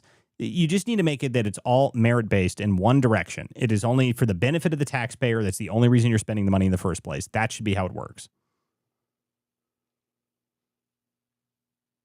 100%. Allie, go ahead, please. Please go ahead. Because, like, that's how we became friends. I remember this. Like, go ahead, Allie. Yeah, no, it was funny because like I said, I mean, when you start calling out that we called out because in these hearings, you can't get charged for libel and slander, you can't get charged for anything like that. So they were concerned initially like, "Oh, well, if you call out these people by name, are they gonna go after you legally?" No, well, first of all, it's fact-based, but still, I mean, the left doesn't care if it's fact-based or not. They're gonna try and just rob you dry and in lawsuits. They're going to bury you in lawsuits. But I mean, when you call out these CEOs by name and you say, well, look here, this guy was making $250,000. Then 2 to 3 years later, he's tripled his salary on top of receiving six-figure surge bonuses, on top of the fact that his COO and CFO of this nonprofit also tripled their salaries, on top of the fact that they've parked all of these funds in reserves. I mean, you're just you're a glutton for punishment there. And then you get like people like Andrew Lorenzen straight saying that the open borders was a boom for business. He was literally caught on camera, and I think by O'Keefe, saying that it was Yep, a that's boom for right. That's business. right. Yeah, that's right, Yep. Allie. So That's right. Go ahead.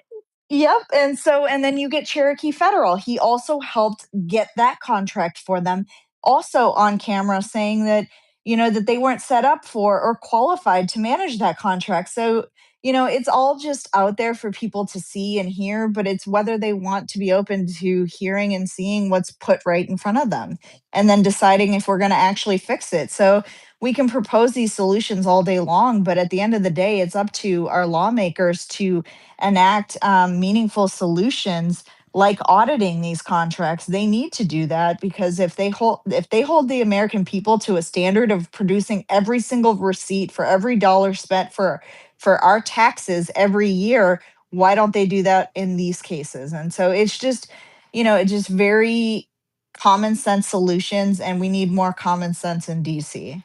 Yes, we do.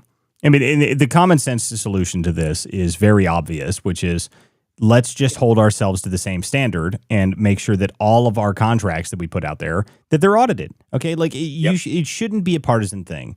Of course, the Democrats will scream about it that it is partisan, and what they're immediately going to do is say that when Trump starts going after these 8A contracts, they're going to lose their minds, and they're going to say, I'm actually surprised that we haven't already seen like 5 hit pieces on Kelly Loeffler saying that she hates minorities. Like I assume that'll happen this week. Like, I mean, now that she's talking about that, like I guarantee you they're going to say, Trump just hates black women and minorities and, special interest group like that's going to happen this week. Like it's going to happen this week. They're going to start talking about this because if they actually are starting to look at this, this is going to be a huge amount of money. It's not going to be a small amount of money. You're talking hundreds of billions of dollars that are just going to be pushed through these 8A contracts.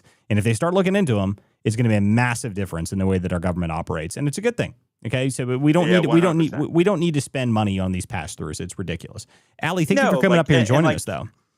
And like Kelly Loeffler, as an example, like she's coming out of Georgia, right? She's already like married into like being a billionaire status, and she took over the Small Business Administration type post within the Trump organization.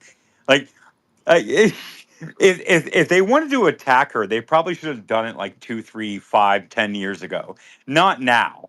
Like, she's already there, so like, Well, it's yeah. Go it's ahead, so Allie. funny, Trish. It's just so funny because in the hearing, I purposely mentioned that I'm Hispanic, that I'm a Christian, and that I'm a mother. And I do that. I, I do that not to sit there and, tout identity politics, but because they don't know what to do with me after I've stated all of that. They can't sit there and say, oh, well, you're against black and brown people because I'm Hispanic. They can't say, oh, well, you're against women. I'm a woman. You can't say, oh, you're against mothers. No, I'm a mother, and I'm Mexican, and I believe And the I'm border also should be Hispanic and all the closed. things.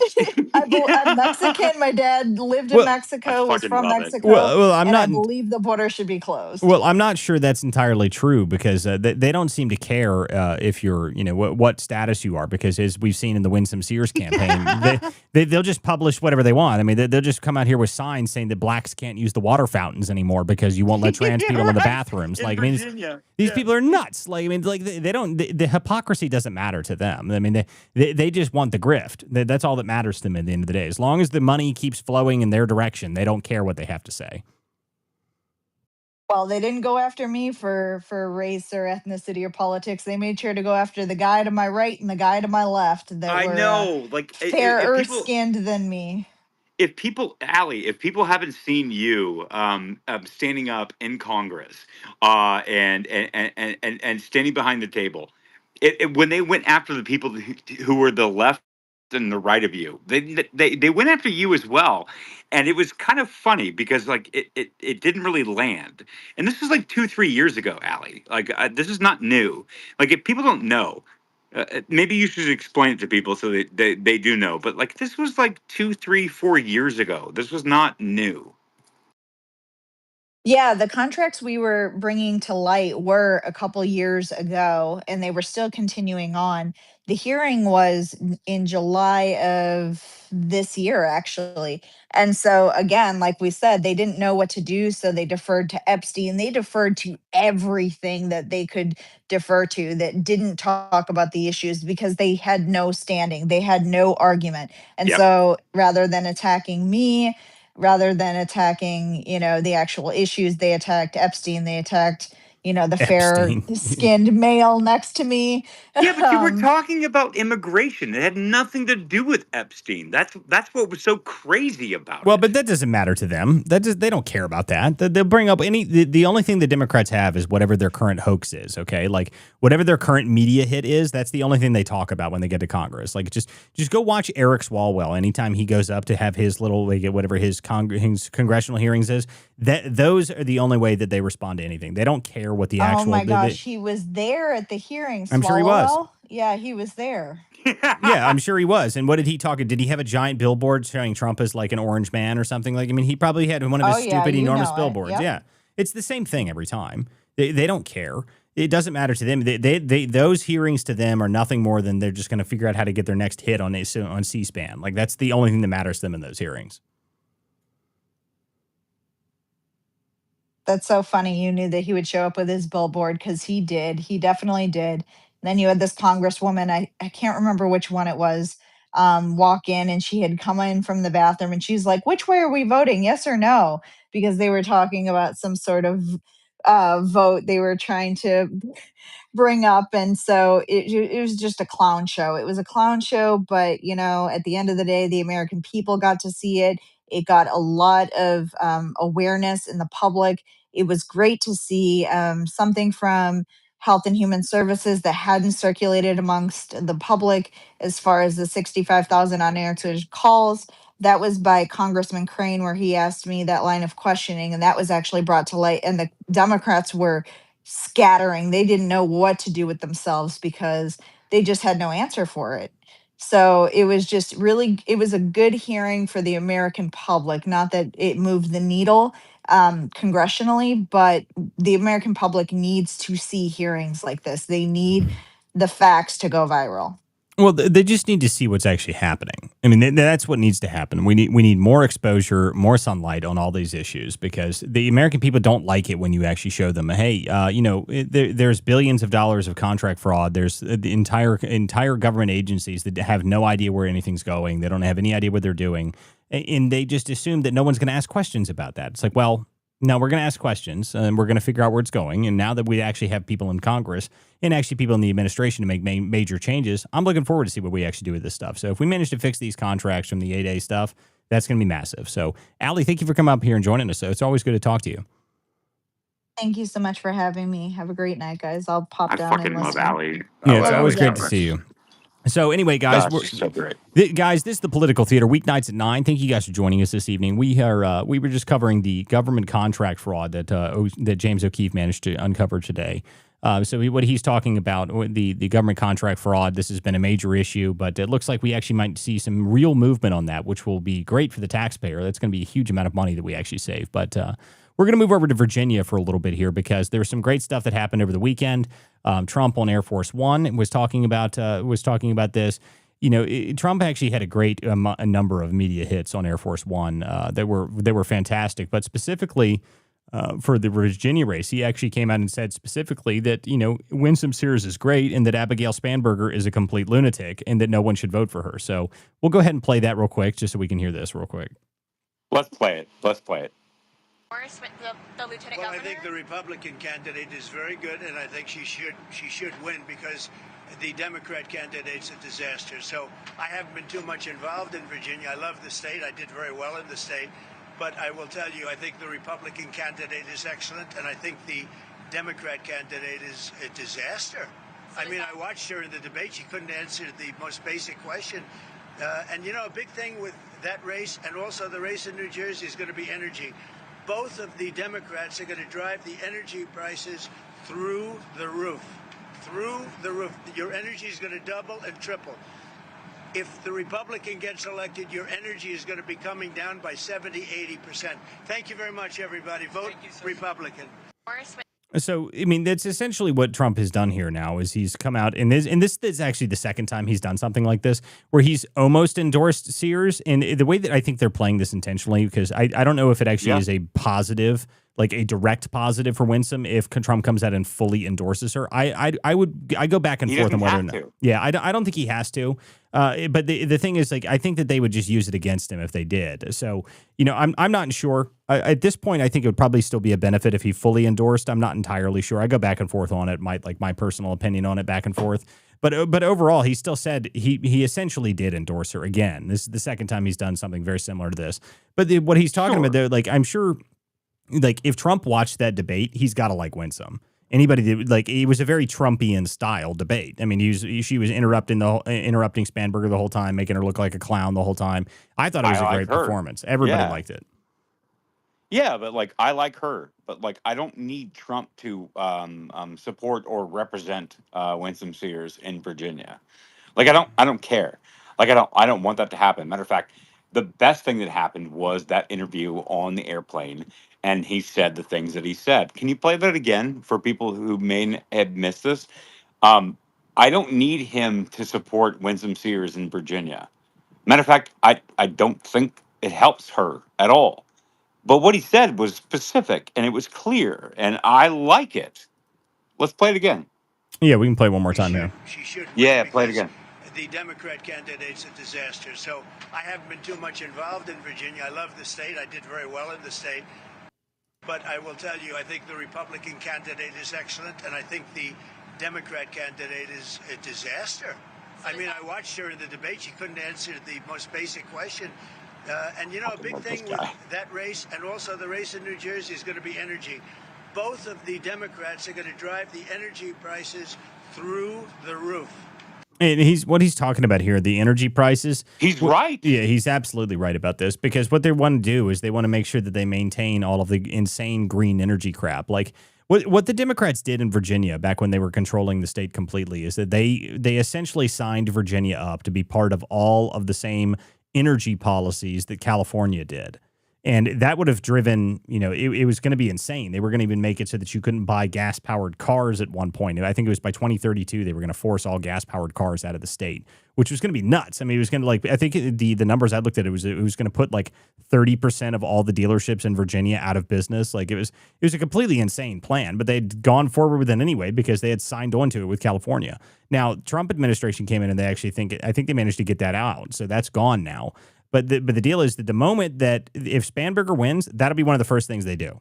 They're going to bring that right back. And they're going to bring it right back, and they're going to go right back to windmills. They're going to go right back to solar. And I do find it funny listening to all the Democrats come out and talk about how, well, you guys just don't understand how solar works. Like, solar is super powerful. Like, it's pretty cloudy in Virginia, you idiots. Like, I mean, it's a mountainous state. Like solar is not very useful in Virginia, of all places. Like, it's not the desert. It's not very helpful. The windmills are ugly and no one likes them. The offshore wind facilities that they've been trying to do, they Dominion Power in Virginia put up a couple of those. New Jersey tried to do the same thing, and that was like, what was the New Jersey one? They were like $100 billion over budget, and they couldn't even do it right. I mean, it was like I think they ended up having to abandon it. Right. It's a complete disaster. Yeah. They were going to put up a bunch of windmills, and they were going to have like all the support of the Democrats, and they were going to put up windmills, and they were going to have clean energy in New York or in New Jersey. Like, no. Like, you're killing fucking sharks. Like, stop killing the whales and the sharks off the coast. Like, please stop doing that. Yeah, I And mean, yet, the death of the whales thing is something that I like. I always it's come. real. It's so ridiculous that they just completely ignore that the whales, like the windmills, were causing whales to like beach themselves in like numbers that people had never seen before. Like They were there's dying at rapid clips. Like, it was a problem. It's like I don't know if it's a problem that got solved either. Like I mean, it's like I just know that was a huge thing that came out. There was like a group of whaling company, like whale preservationists that were talking about how there's the amount of whales that were dying was more than when they were hunting whales. I'm like, holy shit! Like that sounds horrible. Like, holy shit. Yeah, it's bad. That doesn't sound Like, good at they're all. dying. They're dying. But Like, what the fuck are we doing? But we need to put more windmills up, everybody. I mean, windmills are just the solution to everything. The windmill companies, you know, these are just great devices. They're so helpful. By the way, my personal favorite thing about windmills, about the ridiculous windmills, is that each windmill, just so you guys are aware of this, everybody on the show, you can know this, each windmill is filled with 2,000 gallons of oil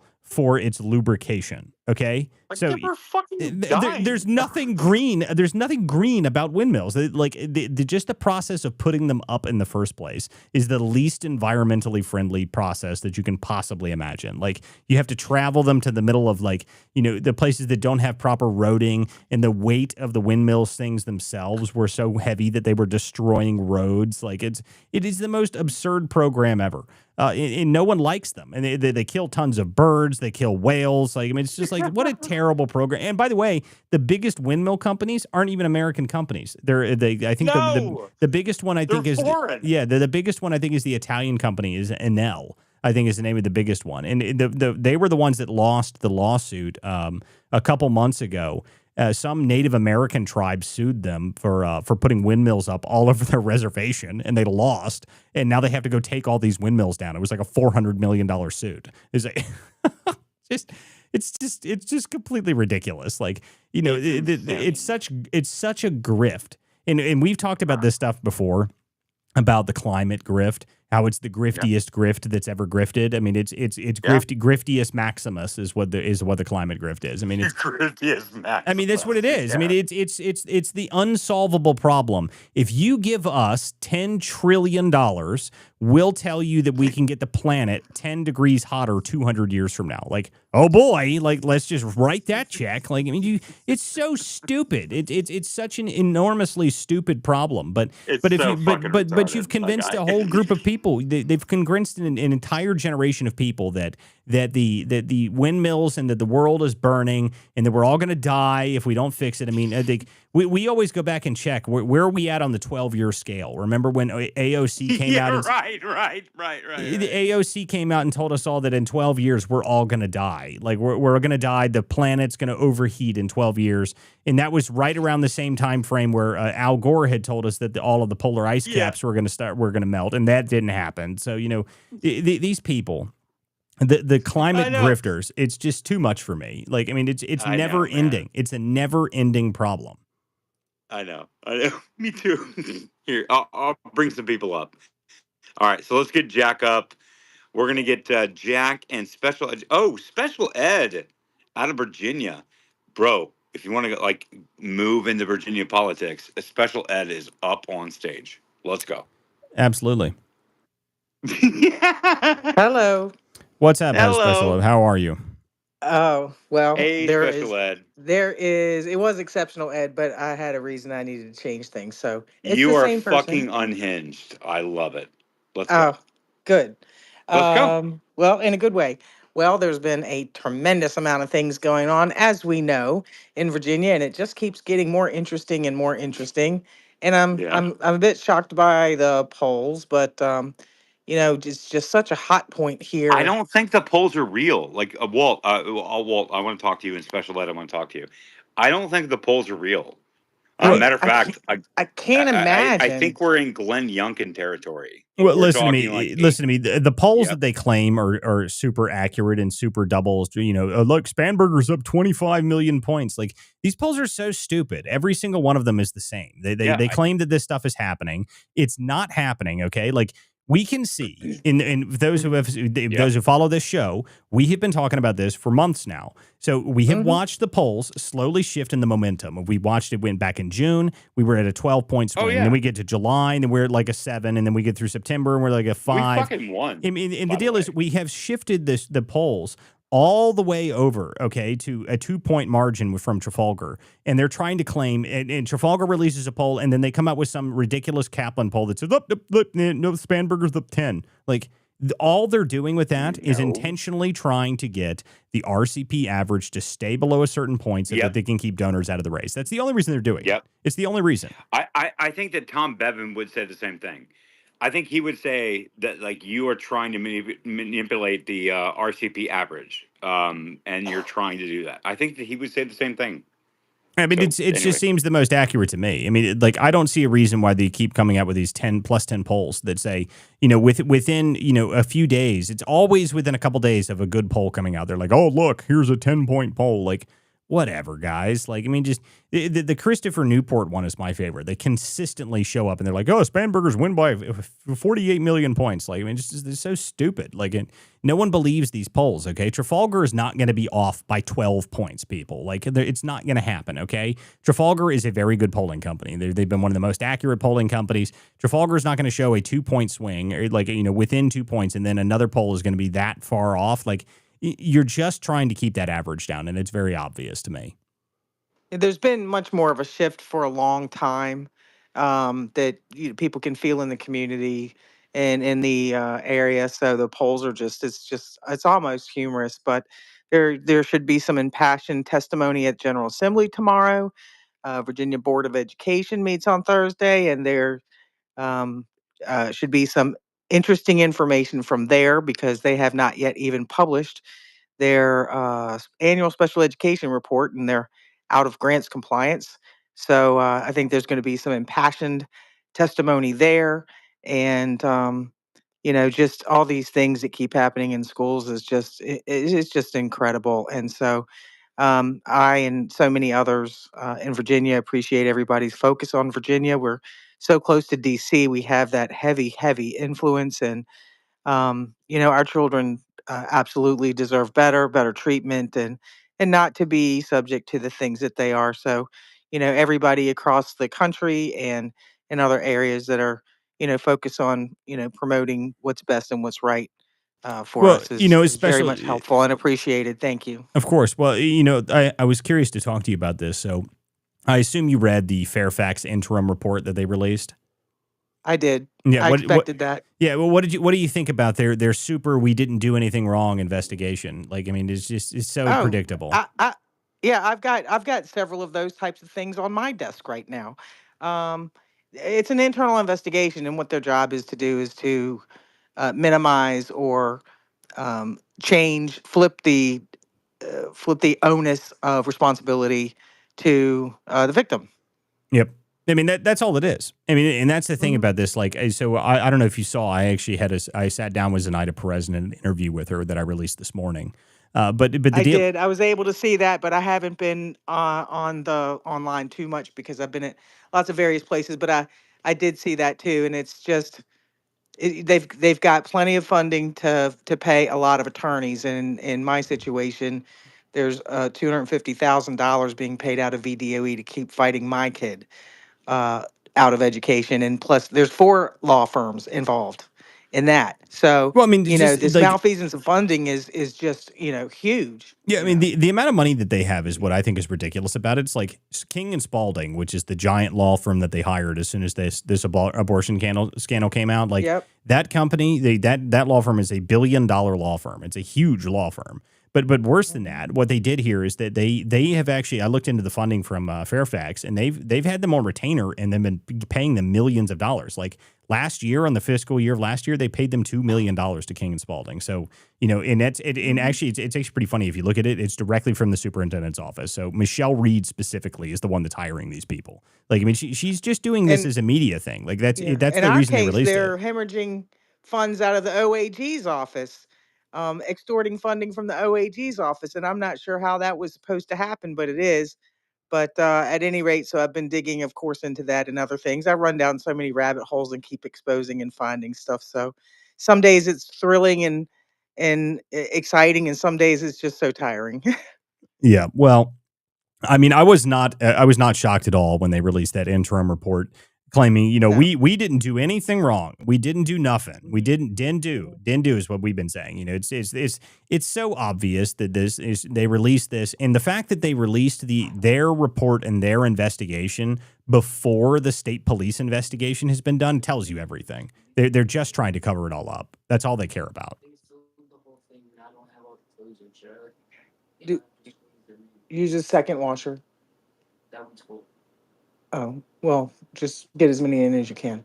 Anyway, a little laundry discussion with the child. It's all right. At any rate, yeah, well, I think they have well over 1 million against myself and our case. And I need to add up what the first year that they spent to do this. But, you know, I'm up against 4 separate law firms just for a kid who's supposed to be in school who's not. And this is his senior year, so he's missing that.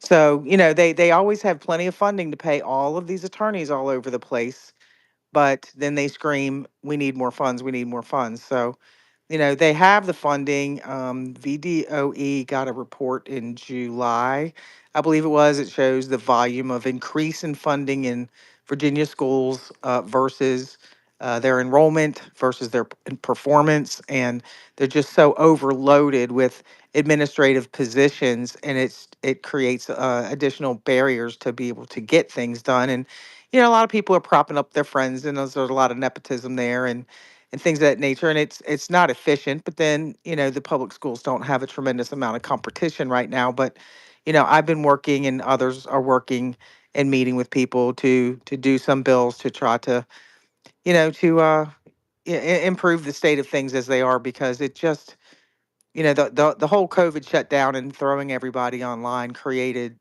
so many things where legislation hasn't been able to catch up with the technology pushes and the changes that they're doing, and the second sets of records underground at various places and things like that, which has made it a bit of a challenge to kind of cut through some of this stuff to date. But the public and the nation is seeing uh, just quite a number of these atrocities, and it's relevant. You know, these are our children. These are the people who will be our leaders in the future. You know, everyone's children across our country. You know, and we want a quality education for them, and we want them to be independent thinkers and strong, capable people and adults. And you know, the education system just has just really kind of gone on a downward spiral for the last 30 years or so. And you know, everybody's chipping in the best we can to try to improve these things now that so much light has been shown. Yeah. Well, Thank you. of course. And you know, there's other stuff that's happening up in here in Virginia. So I don't know if you guys saw this earlier. Nick Minnock actually found out that the guy from Richard Cox, and those don't know who Richard Cox is. This is the old guy from I think it's the Arlington. I mean, there's so many Northern Virginia school scandals currently going on that it's kind of hard to keep track. So I think this was the Arlington one. Where he was caught going into girls' locker rooms and stuff like that.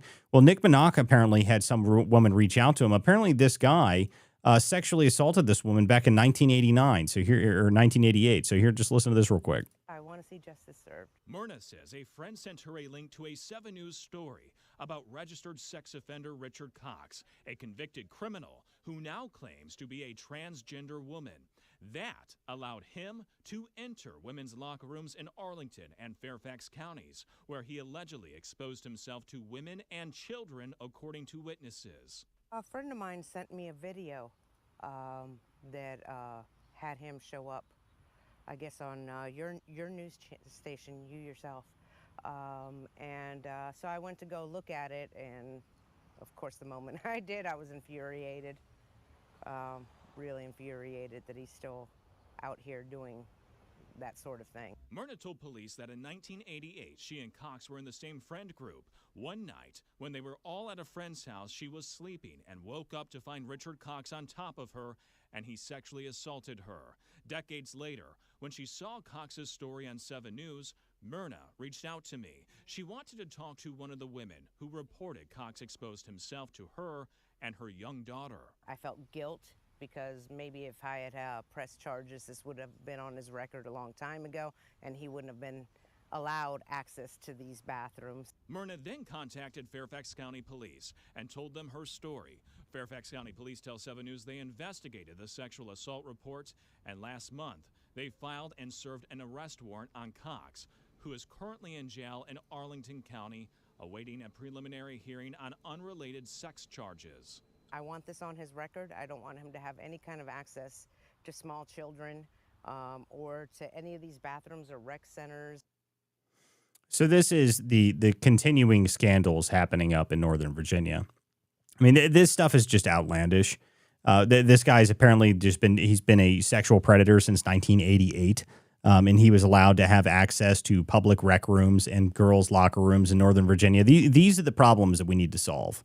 Okay, and the Democrats don't want to talk about it because it's unpopular, because they can't say that their insane trans policies are what's caused this stuff. But it is what's caused this stuff. Okay, like if you give these kind of lunatics access to these facilities, they're gonna take advantage of it because they're sick people. Okay, and you want to act as if this isn't a problem. Like Fairfax County Police didn't even charge this guy. Okay, like the Arlington people did. Fairfax did not, because they're useless DA up there. He's a Soros DA. The Fairfax County DA is a Soros DA.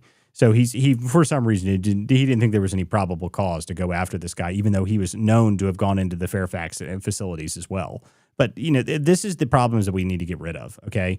And this is you got to make sure that Winsome Sears wins, because otherwise these same policies will be instituted across all of Virginia, and there'll be nothing that they can say to stop it, because it'll be the policies of the state again.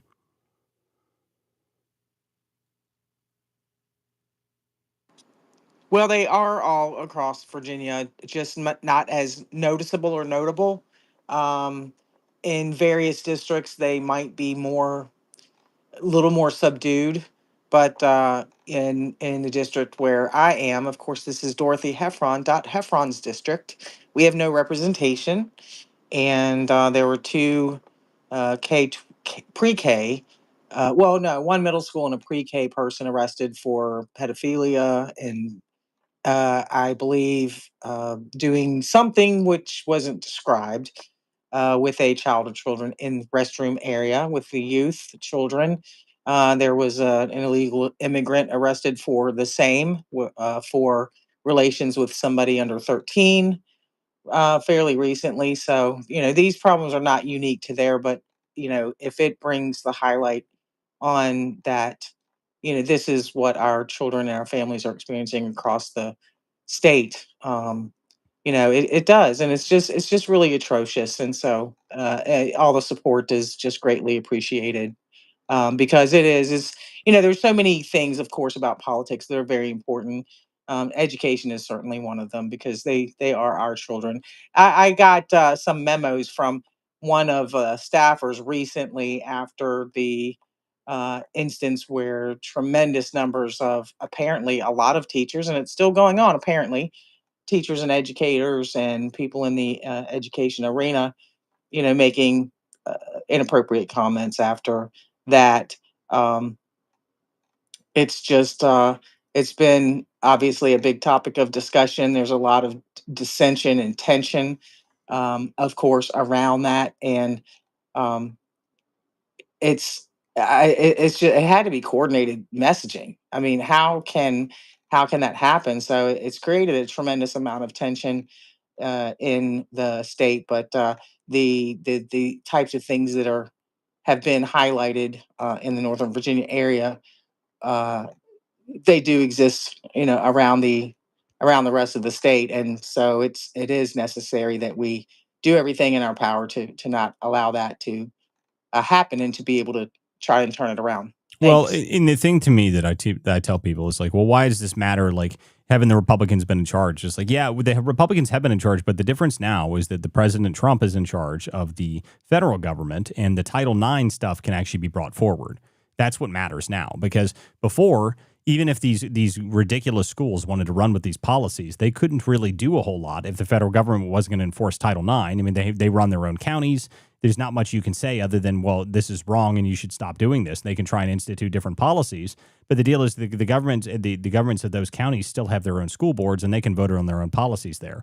And without the federal government being behind them saying, hey, you're violating Title IX rules, then they can't really say anything to them. But now the Trump administration is going after these places saying, no, you're violating Title IX. You need to stop doing this stuff. So you've got the backing of the federal government. So that's why you need 4 more years of Republican in charge, because if you have another 4 years of Republican in charge, you actually might be able to fix the problem. And that's what I keep telling people. And that's why it needs to happen. Exactly.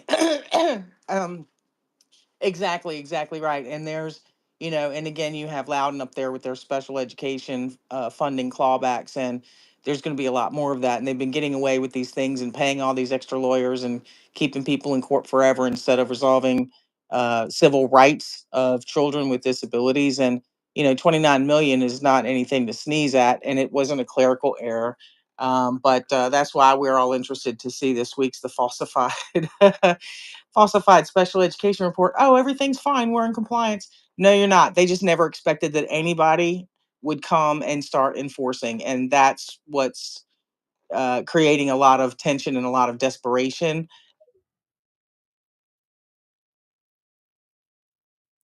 Well, it looks like we lost the X space. Not sure what happened there, guys, but the X space just shut down. But that's okay because we were headed towards the end of the show anyway. So I'll hang out just for a couple minutes on here. Yeah, the space just crashed for anybody who was just sending me a message there. So it looks like we just lost the space, but that's okay. We were dead towards the end of the show anyway. So we were wrapping up with Virginia, talking about Virginia education. And obviously we're in the very final bit of this now where we've got the Department of Education is actually still in the middle of investigations going against Fairfax and a lot of the Northern Virginia schools, finding that they are in violation of Title IX and they need to resolve this stuff. So that's being looked at currently. And I expect that those investigations are going to pan out and they're actually going to prove that these people, of course, the Northern Virginia schools, including Fairfax, have already come out and said that they are willing to sit there and fight it in court, and they're going to go through the courts all the way through. They're going to make sure they go all the way through in the courts, trying to make sure that they don't have to enforce any of this stuff. But it is still happening. It is still happening. Yeah, and then Hillary Dover saying that they consider these schools up here the best in the nation. Yeah. That's why they think they get away with this stuff, and that's why they believe that they're on this highfalutin status, because they believe that they're going to get away with it because, well, they're still considered fantastic schools. There's nothing that's going to change there. But the reality is that things are changing now, because with the Trump administration in charge and Title IX actually going back to what the actual purpose of it is, they need to enforce this stuff. It needs to be looked at. It needs to be fixed because and this is another, I keep saying it, this is why you need another 4 years of Republicans in charge in Virginia, because if you don't have 4 more years of Republicans in charge in Virginia, then you're going to have nothing but problems in the future. So, but anyway, guys, I think we'll shut down for the evening, seeing how we already lost the other half of the show, but that's okay. That's why we have the stream, so we can keep things going. That way we don't just randomly cut out, because X Spaces, no matter how much we like and no matter how much we like our audience there, we do happen to have a lot of problems with that platform. But we will be back tomorrow night for more of the Political Theater. Thank you guys for joining us this evening. Make sure you guys follow myself, WC Dispatch, and you can subscribe to the WC Dispatch on X now. I actually have subscriptions available on X, so you can subscribe to me there. You can also subscribe at WCDispatch.com. You can also follow us on YouTube, Rumble, Substack, and all the different places. The best place to watch the show is at WCDispatch.com, and there's exclusive interviews that drop on there, and obviously the new Zenaida Perez, the whistleblower from the Fairfax case, is new. That just came out this morning, so you guys make sure you guys check that out. Make sure you guys share the link to this show, and we will be back tomorrow night for more of the theater. Thanks you guys for joining us so much. Thank you.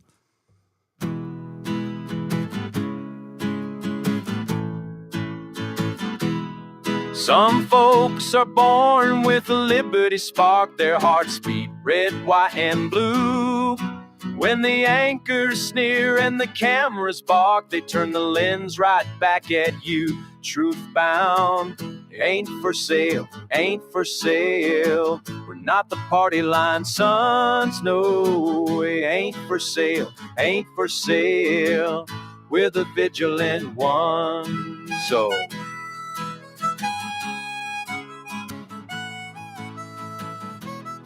Some folks inherit silk-lined halls, spend our sweat while preaching share. But when the tax man wraps his knuckles raw, their mansions suddenly look bare, impaired. Ain't for sale, ain't for sale. We're not their banker-raised hairs, no. Ain't for sale, ain't for sale. We're the vigilant ones, so...